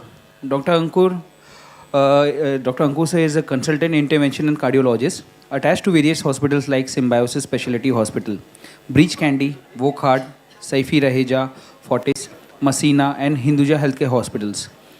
He is one of the few cardiologists in the city doing complex cardiac interventions like transcatheteric aortic valve implantation and devices like cardiac synchronization therapy, which is a special device to improve the pumping of heart. He is a South Asia proctor of Boston Scientific for roto-ablation and intravascular ultrasound. He has done his MD and DM cardiology from the prestigious St. GS Medical College and KM Hospital, Mumbai. He has numerous national and international publications to his credit in Index Journal. He has a well sense of humor. I would like to ask Dr. Ankur to please start with his lecture. Thank you, sir. Thank you very much for the kind introduction, and thanks Brajesh sir for also introducing me. So firstly I'm thankful to the Doctor Association of Worli for arranging such a fantastic conference, and it's both academic as well as cultural feast. I must congratulate the entire committee for it. And very, very thoughtful of you to involve the youngsters, the students here, because they are the ones who are going to take this forward. And academics is as much as for us as for them. And if we stimulate, the entire intention of these talks is so that you don't remember each and every slide, but even if you get stimulated as students, it's good you'll go back and study, and that would lead to your academic growth. So that's very important. And as Dr. Bhavesh told, academics is very close to our heart, being teachers in KEM, being a lecturer, assistant professor. It was a very difficult decision for us to leave KEM and come out to practice. Academics still is in us by Symbiosis, and Dr. Bhavesh showed the 12th floor learning center, which I think the students can also come sometimes and utilize it. So what I'm going to talk about today is I'm going to talk about 2 things in cardiology. I'm sold out on these 2 technologies because it's just fantastic how these technologies have improved angioplasty and healthcare and cardiology. The first I'm going to talk about is OCT. So I've been 1 month back. I'm a proctor for Abbott for OCT. So OCT is new thing. It's an in thing. It's 1 step above angiography and angioplasty. It's like visualizing the artery from within. So angiography is you take a puncture in your hand on your leg, go with a catheter up, take shoots. You're seeing everything from outside in. But OCT is one thing wherein you put the wire inside the artery and the catheter and you pull it back, and you can see a complete 3D picture of what's happening with your vessel. Believe you me, angioplasty like 2D echo. You must have seen 2D echo reports. Somebody says EF of 50%, 60%, 45%. It's visual. So a cardiologist to cardiologist, it is just visual. It is andaz. मेरा अंदाज है ये 50% है, इनका अंदाज है ये 60% है. Like that in angioplasty, deciding the size of the stent is also andaz. So it's like मुझे लगता है 2 point, mind you, we are talking in mm, right? 2.75 mm की आर्टरी है, दूसरे को लगेगा 3 की आर्टरी है, चौथे को लगेगा 3.5 की आर्टरी है. But we might not know it because it's all depending on how my judgment is against somebody else's judgment. Now OCT changes this completely. OCT gives you exact measurements, and there are future upgrades which have artificial intelligence in this, and it's going to come now, and we are going to have it in Symbiosis, hopefully, if Bhavesh sir approves. We will have it, and once we have that, we'll be amongst first two having this, when it exactly, you just don't have to do anything, you just have to put the catheter, pull it back. It gives you what is the composition of the plaque, it tells you the size of the vessel, which stent to use, whether you have put the stent is expanded well or not. Everything, every bit of data is you can ascertain on an OCT. So this is an angiography. This is an angiography which I had done in Wokhad Hospital, calcified 83-year-old guy, a very tight stenosis in the right coronary artery. So as I told you, angiography is to look from outside in. You can see two things. You can see the sun-like yellow color image which you see, that's the OCT, that's the intravascular ultrasound on the right upper side. So you have ultrasound probes not only detecting your abdomen, spleen and liver, now you can put a probe inside the artery and check from within. And so you can come to know from these two modalities as to what the size of the vessel is. So what's an OCT? OCT is catheters contain a single optical fiber which emits infrared light. So it's an infrared device. What it does, it emits infrared light, and there's a manual pullback. And when it pulls back, it rotates a 360 or the entire 360 arc and captures the entire vessel as it's pulled back. This is not a 3D animation which I've made. This is actually how an OCT image looks like. You can see the walkthrough tool there. This is a stented patient. You can see the jali which you can see, the metal mesh which you can see is the stent. And you can see the stent from within. So that's the walkthrough tool which you can see. And right side is the longitudinal, is the cut section. You can see, and the longitudinal view is seen down below. Exact at what point you can stop and see whether the stent is expanded or not, whether it's properly conformed to the artery shape or not. So this is the next thing. This is the next thing in angioplasty. As Bhavesh sir told, lasers and VenaSeal, a perfect procedure, even more perfect. The same way this is, that you're making an angioplasty which is already a good procedure, you're making it perfect. So angioplasty is not a procedure, it's a philosophy. So every cardiologist will differ amongst how to do it. So the story is not a wire, balloon and a stent, the story is in between how you do it. So OCT, you can do a same angioplasty with or without OCT, right? But why do a OCT? Because in the talk you'll come to know that how much of an advantage it gives. This is an OCT catheter is coming back. You can see the black dot coming back. So it's rotating a 360 degree and coming out. And when it comes out, it takes the image. This is a 90-year-old which we did in Symbiosis. A 90-year-old gentleman with left main bypass already done. So we had done an angioplasty because he was having recurrent syncopal attacks and severe breathlessness. He's doing very well now. I think date नहीं आया इसमें, लेकिन more than date है वहाँ पे नीचे 18/11/21. So more than 7-8 months of follow-up, doing very well. So what it does, what OCT does, OCT acquires the image. OCT helps you assess what is the composition. Why is it important to know the composition? Because blockages are of different types. It can be a clot, it can be a cholesterol block, okay, and it can be a calcified block. Calcium is our enemy. Why? Is because if I put a stent in a calcified artery, and if my stent does not expand well, because of the hard calcium there, my stent will not expand, and that will give rise to bad outcomes. So when you see the patient वापस stent का blockage लेके आया है, many a times these stents are under expanded. And therefore this helps us identify what the plaque is. So if it's a soft cholesterol block, you can just balloon it, it will go off. If it's a clot, you can aspirate it. But if it's calcium, you have to use special tools. So you have to use something called as rotablation, or you have to use cutting balloons. They are special hardware, because before putting in the stent, you have to alter this calcium. Once the calcium is altered, you bring in the stent now, then the stent expands well. So composition of plaque is also very important when you do an angioplasty. Identification of reference segments. This is what I told you. Angioplasty is andaz. It is like 2.75 mm thin. One cardiologist will say 3, one will say 275. OCT from within will tell you what the proximal and the distal reference segment is, and exactly allow you to put the stent, because the vessel is a taper. So you will get 3 mm artery here, but 3.5 here. So you will put a 3 mm stent, but balloon dilate through a 3.5 in the proximal segment, so that it takes the shape of the artery. So that is identified on an OCT. Choose the stent size, which I already told. Expansion, very, very important.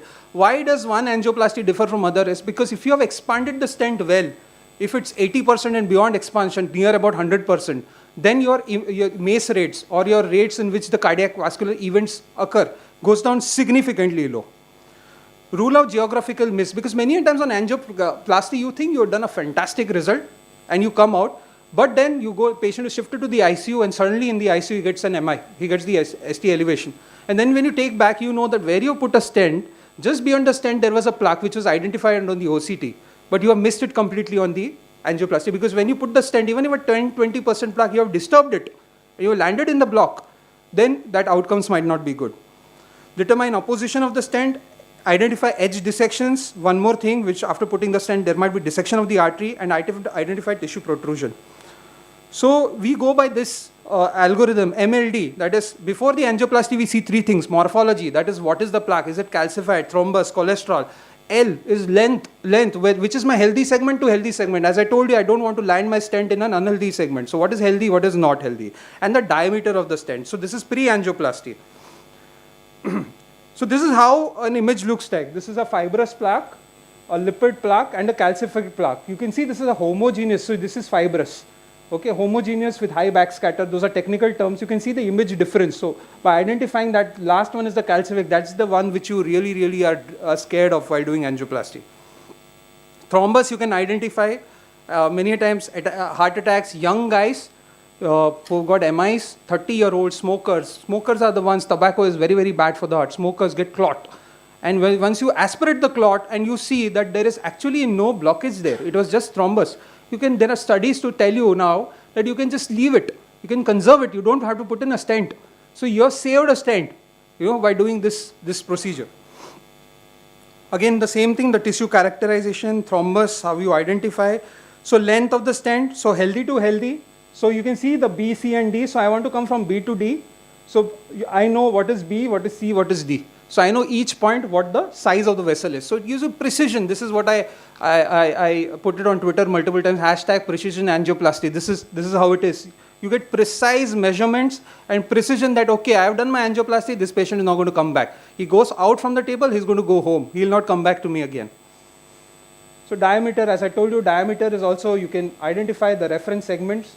Post-stenting, now pre-stenting we have done MLD, that is morphology, whether this calcium, thrombus, cholesterol, lipid plaque, length of the lesion, and the diameter. Now post, what we do, post is we identify dissection, because where you put in a stent, if there is dissection beyond the stent, there might be a flap which might cause a thrombus and it might occlude the artery.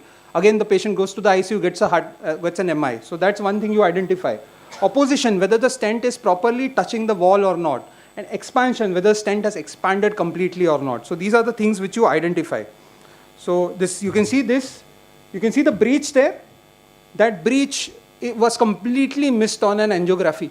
You put the stent, you did the angiography, it was completely missed. When we did the OCT, we found that there was a huge dissection there. So we had to put one more stent below it. Because if you leave this dissection, it might cause an obstruction and lead to bad outcomes. So opposition and expansion. So this is one slide which will tell you that you can see that stent there, the first one, I don't have a marker, malopposition down below. So you can see the stent is hanging in the vessel wall. So now what is the answer? You have to go back again and dilate with a larger balloon. You can see that size is bigger. There is prolapse. So multiple times when you dilate very aggressively, the plaque comes inside the stent. So you don't want that. Hematoma, beyond the stent, if you can see that if you aggressively put in the stent, you can cause a hematoma there. Again, bad outcomes. Geographical miss, you have missed the lesion. Dissection, as I told you, edge dissection. You can see the flap which is raised in that dissection there. And under expansion of the stent. So all this data we come to know on OCT. So is OCT for everyone? Preferably for all. If you ask me, I mean, what I'll do in myself, I'll do for my patients, right? So if you ask me whether you'll do OCT in yourself by doing angioplasty, yes, I will do. But sometimes there are scenarios wherein you cannot get the OCT console. The patient has chest pain, heart attacks, MIs. You have to be very quick in and quick out by doing angioplasty. So many times it's not possible, but preferably if it's an elective case, preferably for all. CKD patients, very, very important. So Siddharth and myself, we do a lot of patients who are kidney plus heart, because heart affects kidney, kidney affects heart.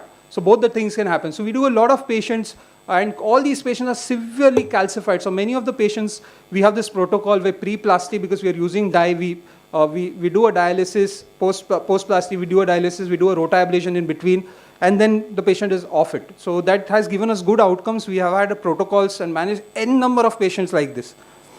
Diabetic patients, very, very important. Diabetics come with bad calcified disease. And diabetics, if you ask me if it's a triple vessel disease, I won't touch it. I would send it to the surgeon, because the surgeon will do a better job than a cardiologist. But if there are discrete lesions in the artery, then obviously an angioplasty can be offered. Instant restenosis. So you have a previous stent which was put in, and now the stent has got blocked. Now you have to understand what is the mechanism of this block. Why has this been blocked? So broadly, it is like whether the patient has taken bad diet, whether his cholesterol deposition has increased.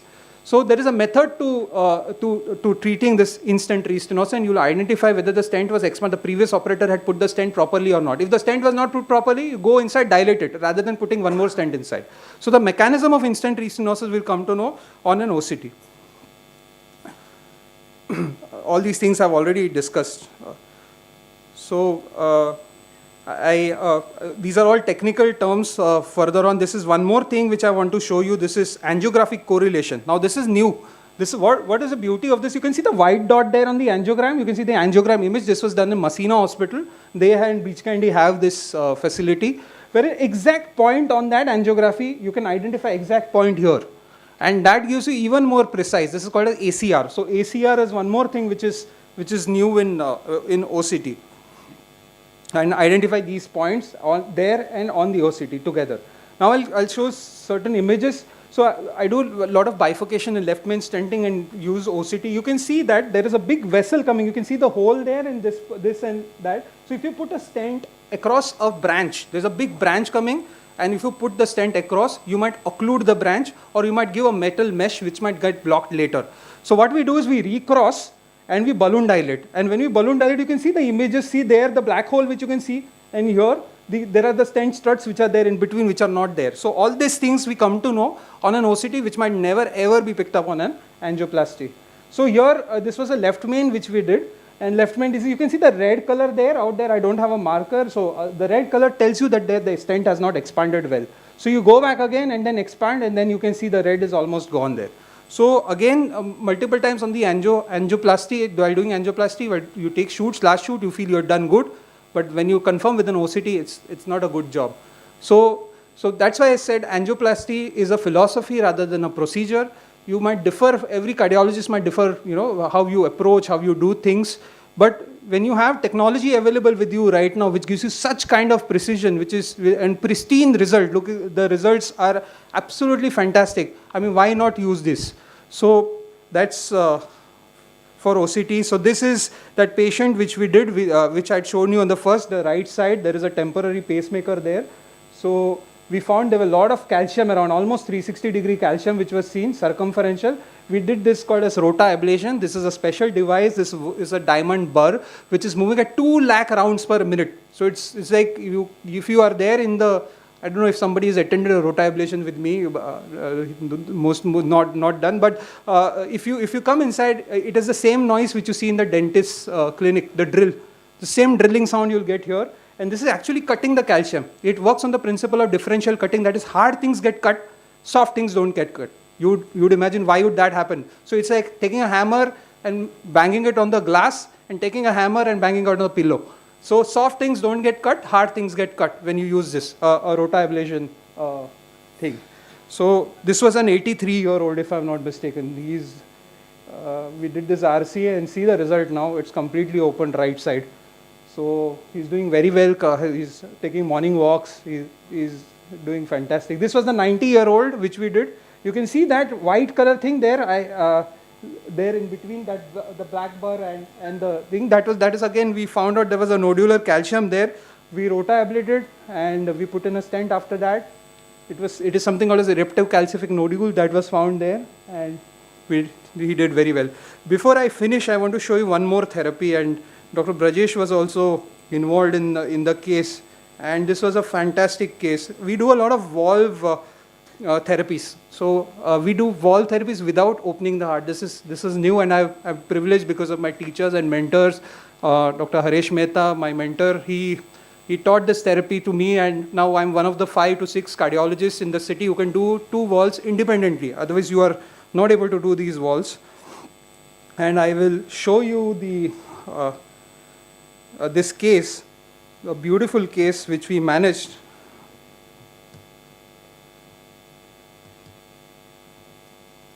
Okay, yeah. So this is a lady. She is not in Bombay. She's in Ranchi, and she had dyspnea on exertions in the last 6 months. And since 1 month, it was at rest. In Ranchi hospital with decompensated heart failure. So she was a bad heart failure. ECG was atrial fibrillation, so it was not a regular sinus rhythm, it was an atrial fibrillation.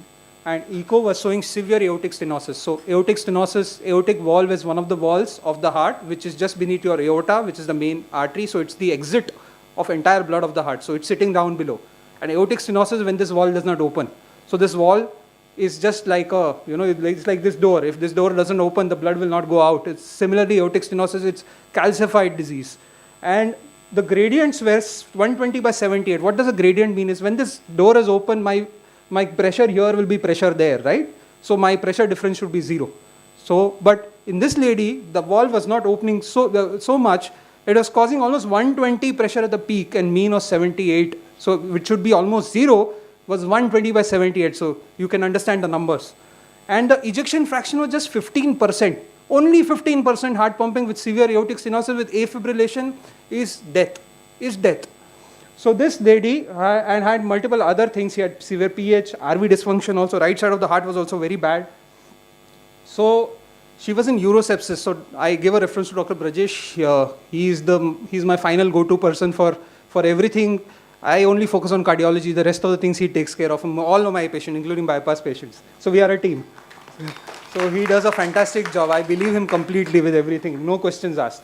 This patient also had Steven Johnson. He remembers what bad Steven Johnson she had. Steven Johnson is one drug. If you give any of the drug, if she's allergic, they throw eruptive reactions. And it's so bad that, it's like this patient had thrombocytopenia. She was bleeding from that side. If you remember, she was bleeding from each skin lesion. So she was that terrible. Hemoglobin was 7.6, platelet was just 40,000.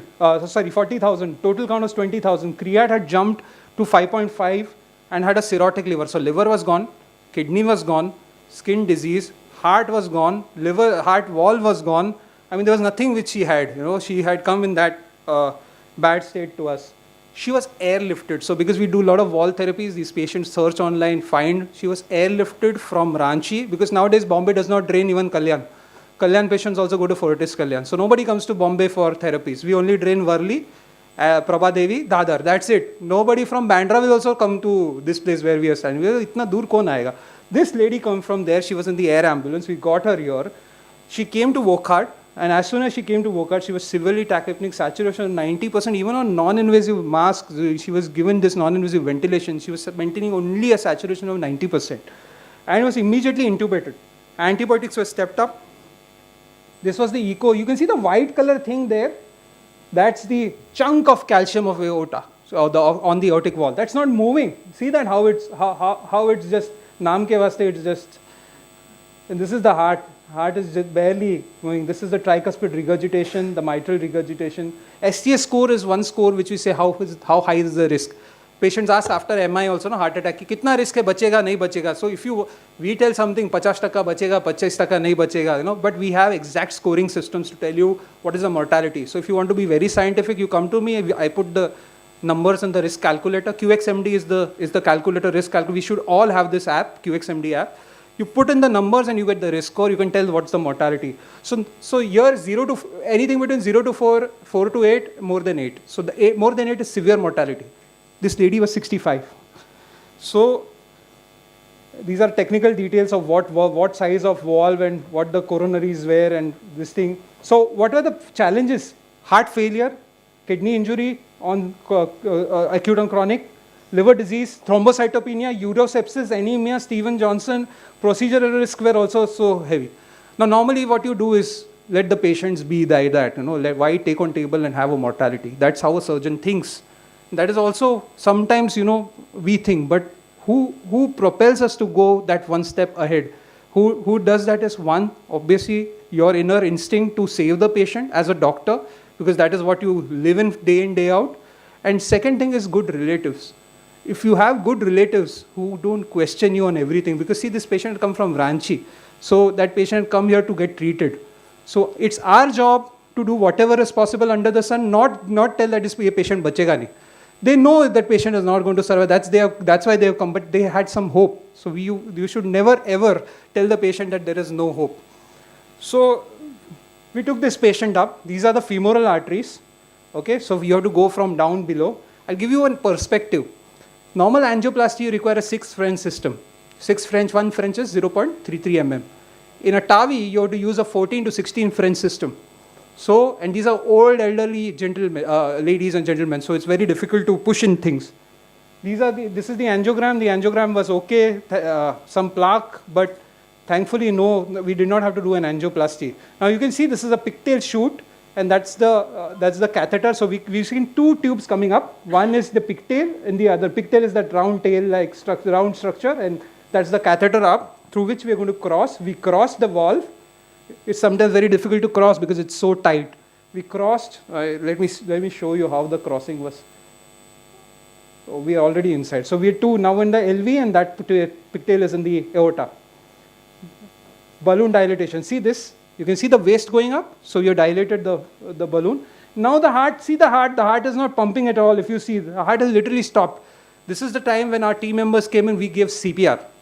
This TAVI was unique in which we gave CPR to the patient 26th of January. It was a holiday. So 26th of January, we took this patient up.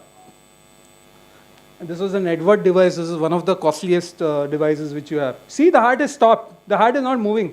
You have the entire column of blood which is there because there is no pumping only from happening. So the heart is stopped. Completely stopped. The CPR given, you can see that radius and ulna of one of our colleagues. He's giving CPR, and that's been there. So I kept that image for that. See this post CPR, some movement there. Okay. Now you can see that. And this is last shoot. The valve was functioning pristine, but the story doesn't end here. You see, there are different types of successes in a procedure: clinical success, procedural success, technical success. So you might have done a fantastic job. You would want this. Take it outside, show the world that you've done a fantastic job. Tell the relatives, मेरा काम खत्म हो गया. मैंने कर दिया मेरा काम. But the story doesn't end because you have to give a clinical success. The patient has to go home walking, right? There is where Dr. Brajesh Gupta and team comes into play. So post-TAVI, even after 48 hours, patient was not alert. She was into septic NCAF, okay? Blood culture gave 4 bacteria. Not 1, not 2, 4. ESBL, Pseudomonas, Burkholderia, Klebsiella. Many of them, as a cardiologist, I don't know how to pronounce as well. And meropenem and colistin was started again. This was one thing. She developed such bad reaction that, her entire skin was peeled off. And she was bleeding because of thrombocytopenia from all the skin lesions. It was a very ghastly sight to see. But platelet count even dropped 10,000, just 10,000 platelet count. And we did the procedure, mind you, at 40,000 platelet counts. This is the patient. This is actually a video, it's not playing. So she's just moving. This is the daughter who's talking to her. And this is, I think, day 4, day 5. And most of the people had given up a hope. But the relatives did not. They said, sir, aap karo, jo karna hai karo, antibiotics kahan se lana hai, bahar se laenge. Jo bhi karna hai karo, patient, we have full faith in you. Good nursing care, that's what Wokhad Hospital and what I emphasize in Symbiosis also, that hospital is a building. What makes that hospital a hospital is the staff of the hospital, the nurse of the hospital, the ward boy, the RMO. It's not the doctor, it's the entire team that is responsible. Prolonged ventilation, supportive care, good part was ejection fraction was what? 15%. Now see what the ejection fraction? 40%. Pulmonary pressures were down, heart was taken care of. Once the heart is taken care of, then other things you just try out and wait. creatinine stabilized. In fact, we have seen post-TAVI whose creats are high settle down because heart flow, the flow improves, the blood flow improves. Creatinine reduced to 2.5 and urine output was maintained. So 10 day onwards, patient showed improvement, taken off ventilator, consciousness improved, platelet improved, sepsis parameters improved, skin lesions started improving. 25th day, patient was shifted out of the ICU. 40th day, patient was discharged, came on follow-up without a walker. And EF was almost normalized, but still the pulmonary pressure, but the EF has completely normalized. So, last 2 minutes, sir. yeah. This is the patient now, and she's doing very well. Now they are planning, they stayed there, took a rental room for 6 months, stayed there because they were, anxious as to take this patient to Ranchi back. But now they're planning to go back. They came for a visit, and she's doing fantastic. She came walking. She doesn't remember anything. She doesn't remember anything. Thank you. I cannot thank enough all these people who were there. Dr. Toraskar and his team, you might be knowing in Wokhad he does. Nephrologist was Dr. Virani. Damat was Kaleem Khan. And hepatologist was Dr. Ruchit Patel. Thank you very much.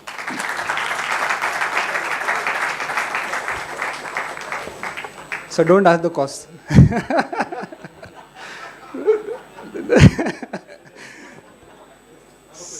Yeah. So patient had a 50 lakh insurance. That was the reason the patient couldn't manage. 40 days in Wokhad hospital, you can imagine. I will not give you a figure because that figure.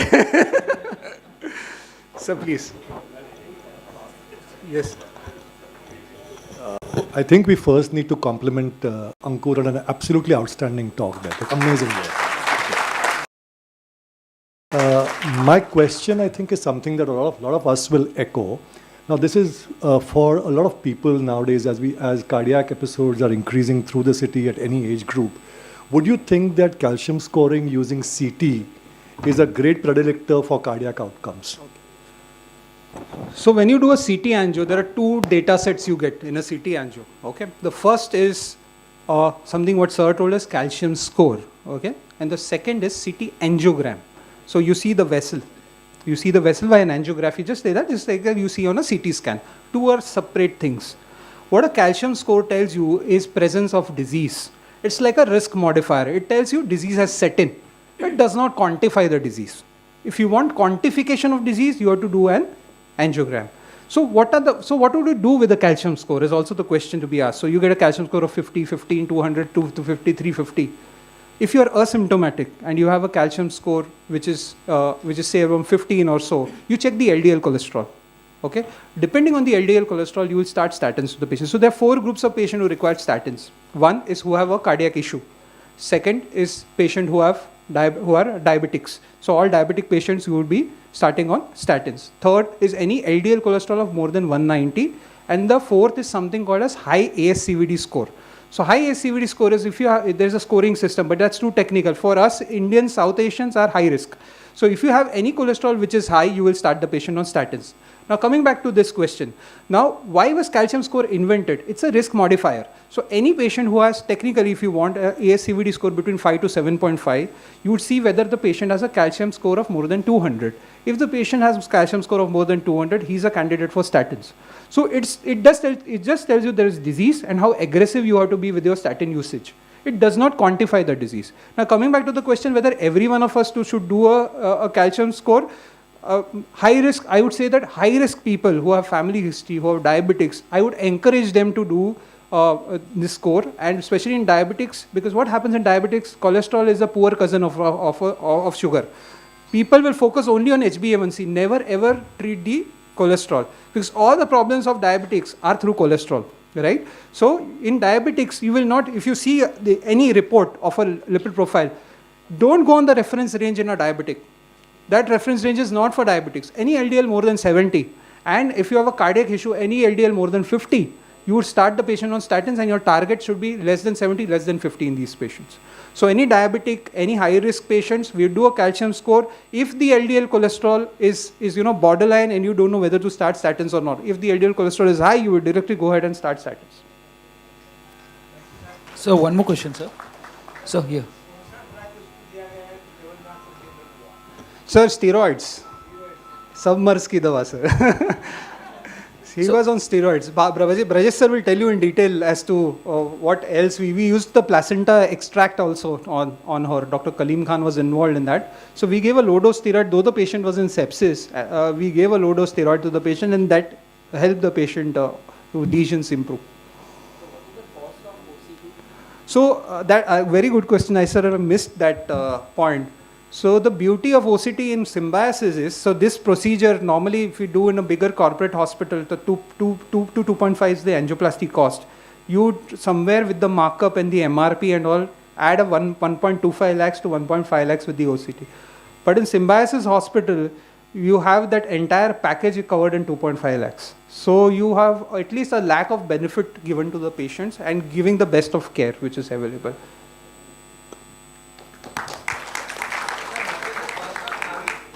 So it depends on the cost. The Indian walls are, if you go by MRP, the Indian wall goes to 18 lakh procedure, and if it's a foreign valve, it goes to almost 28 lakhs. The Edward which we used was 20.5 just for the valve. So the total cost in this patient for just for the TAVI procedure is 28 to 30 lakhs. But we are part of trials, and if there is a patient, we can do it for free also. KEM Hospital is also starting with trials. So Dr. Ajay Mahajan is there out there. We can always, if there's a needy patient, ask and get it done.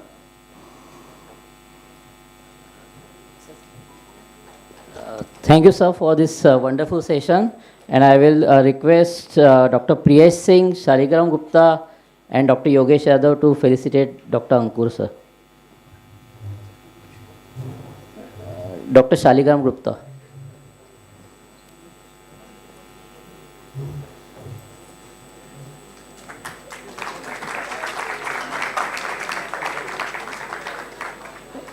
Dr. Yogesh Yadav.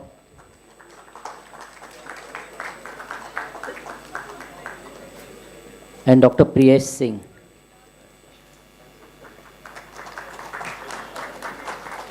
And our last one, lucky draw.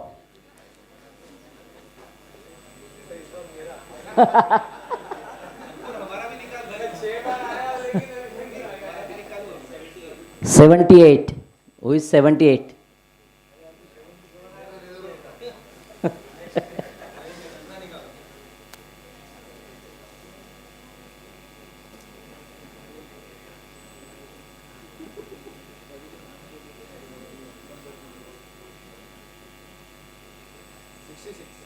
$66.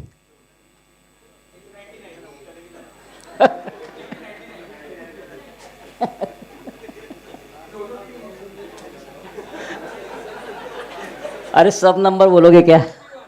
61. चलो मिल गया भाई.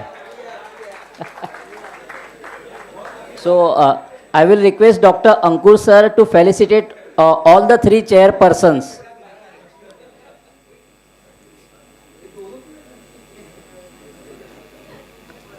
भाई दोनों लेके आया, 2 दे दो उसको.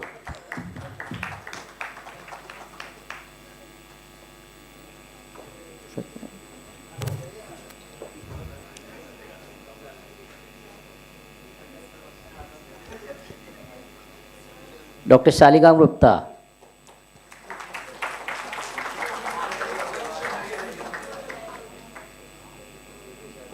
Dr. Yogesh Yadav.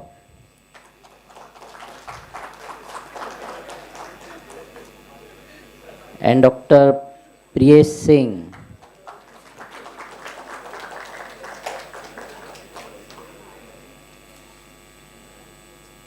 So this scientific session is going to end, but not without mentioning the vote of thanks to the 3 pillars actually. I will request Dr. Dubewar sir, I will request Dr. Vijay Mane, and I will request Dr. JP Gupta sir. Please come on the stage. Thank you. And Dr. Anil Jain also.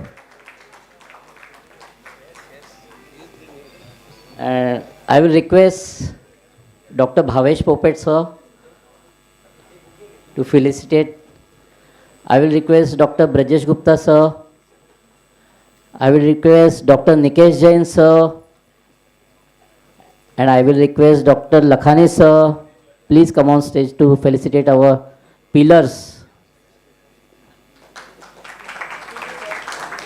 Dubewar sir.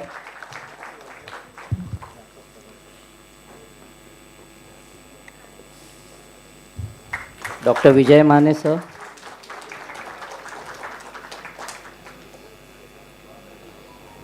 Dr. JP Gupta sir. And Dr. Nikesh Jain to Anil Jain sir. Anil bhai.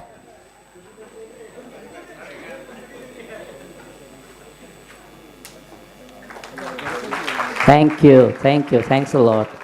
And I will request all the our spectators to take their delegate gifts from the counter.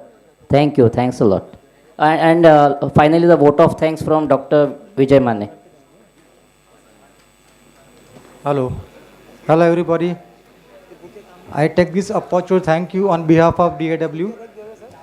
I thank all my managing committee members, our sponsors, especially Dr. Ankur, Dr. Bhavesh Popat, Dr. Brijesh Gupta, Dr. Nikesh Jain, and all of you for making this program grand success. Thank you very much. Thank you.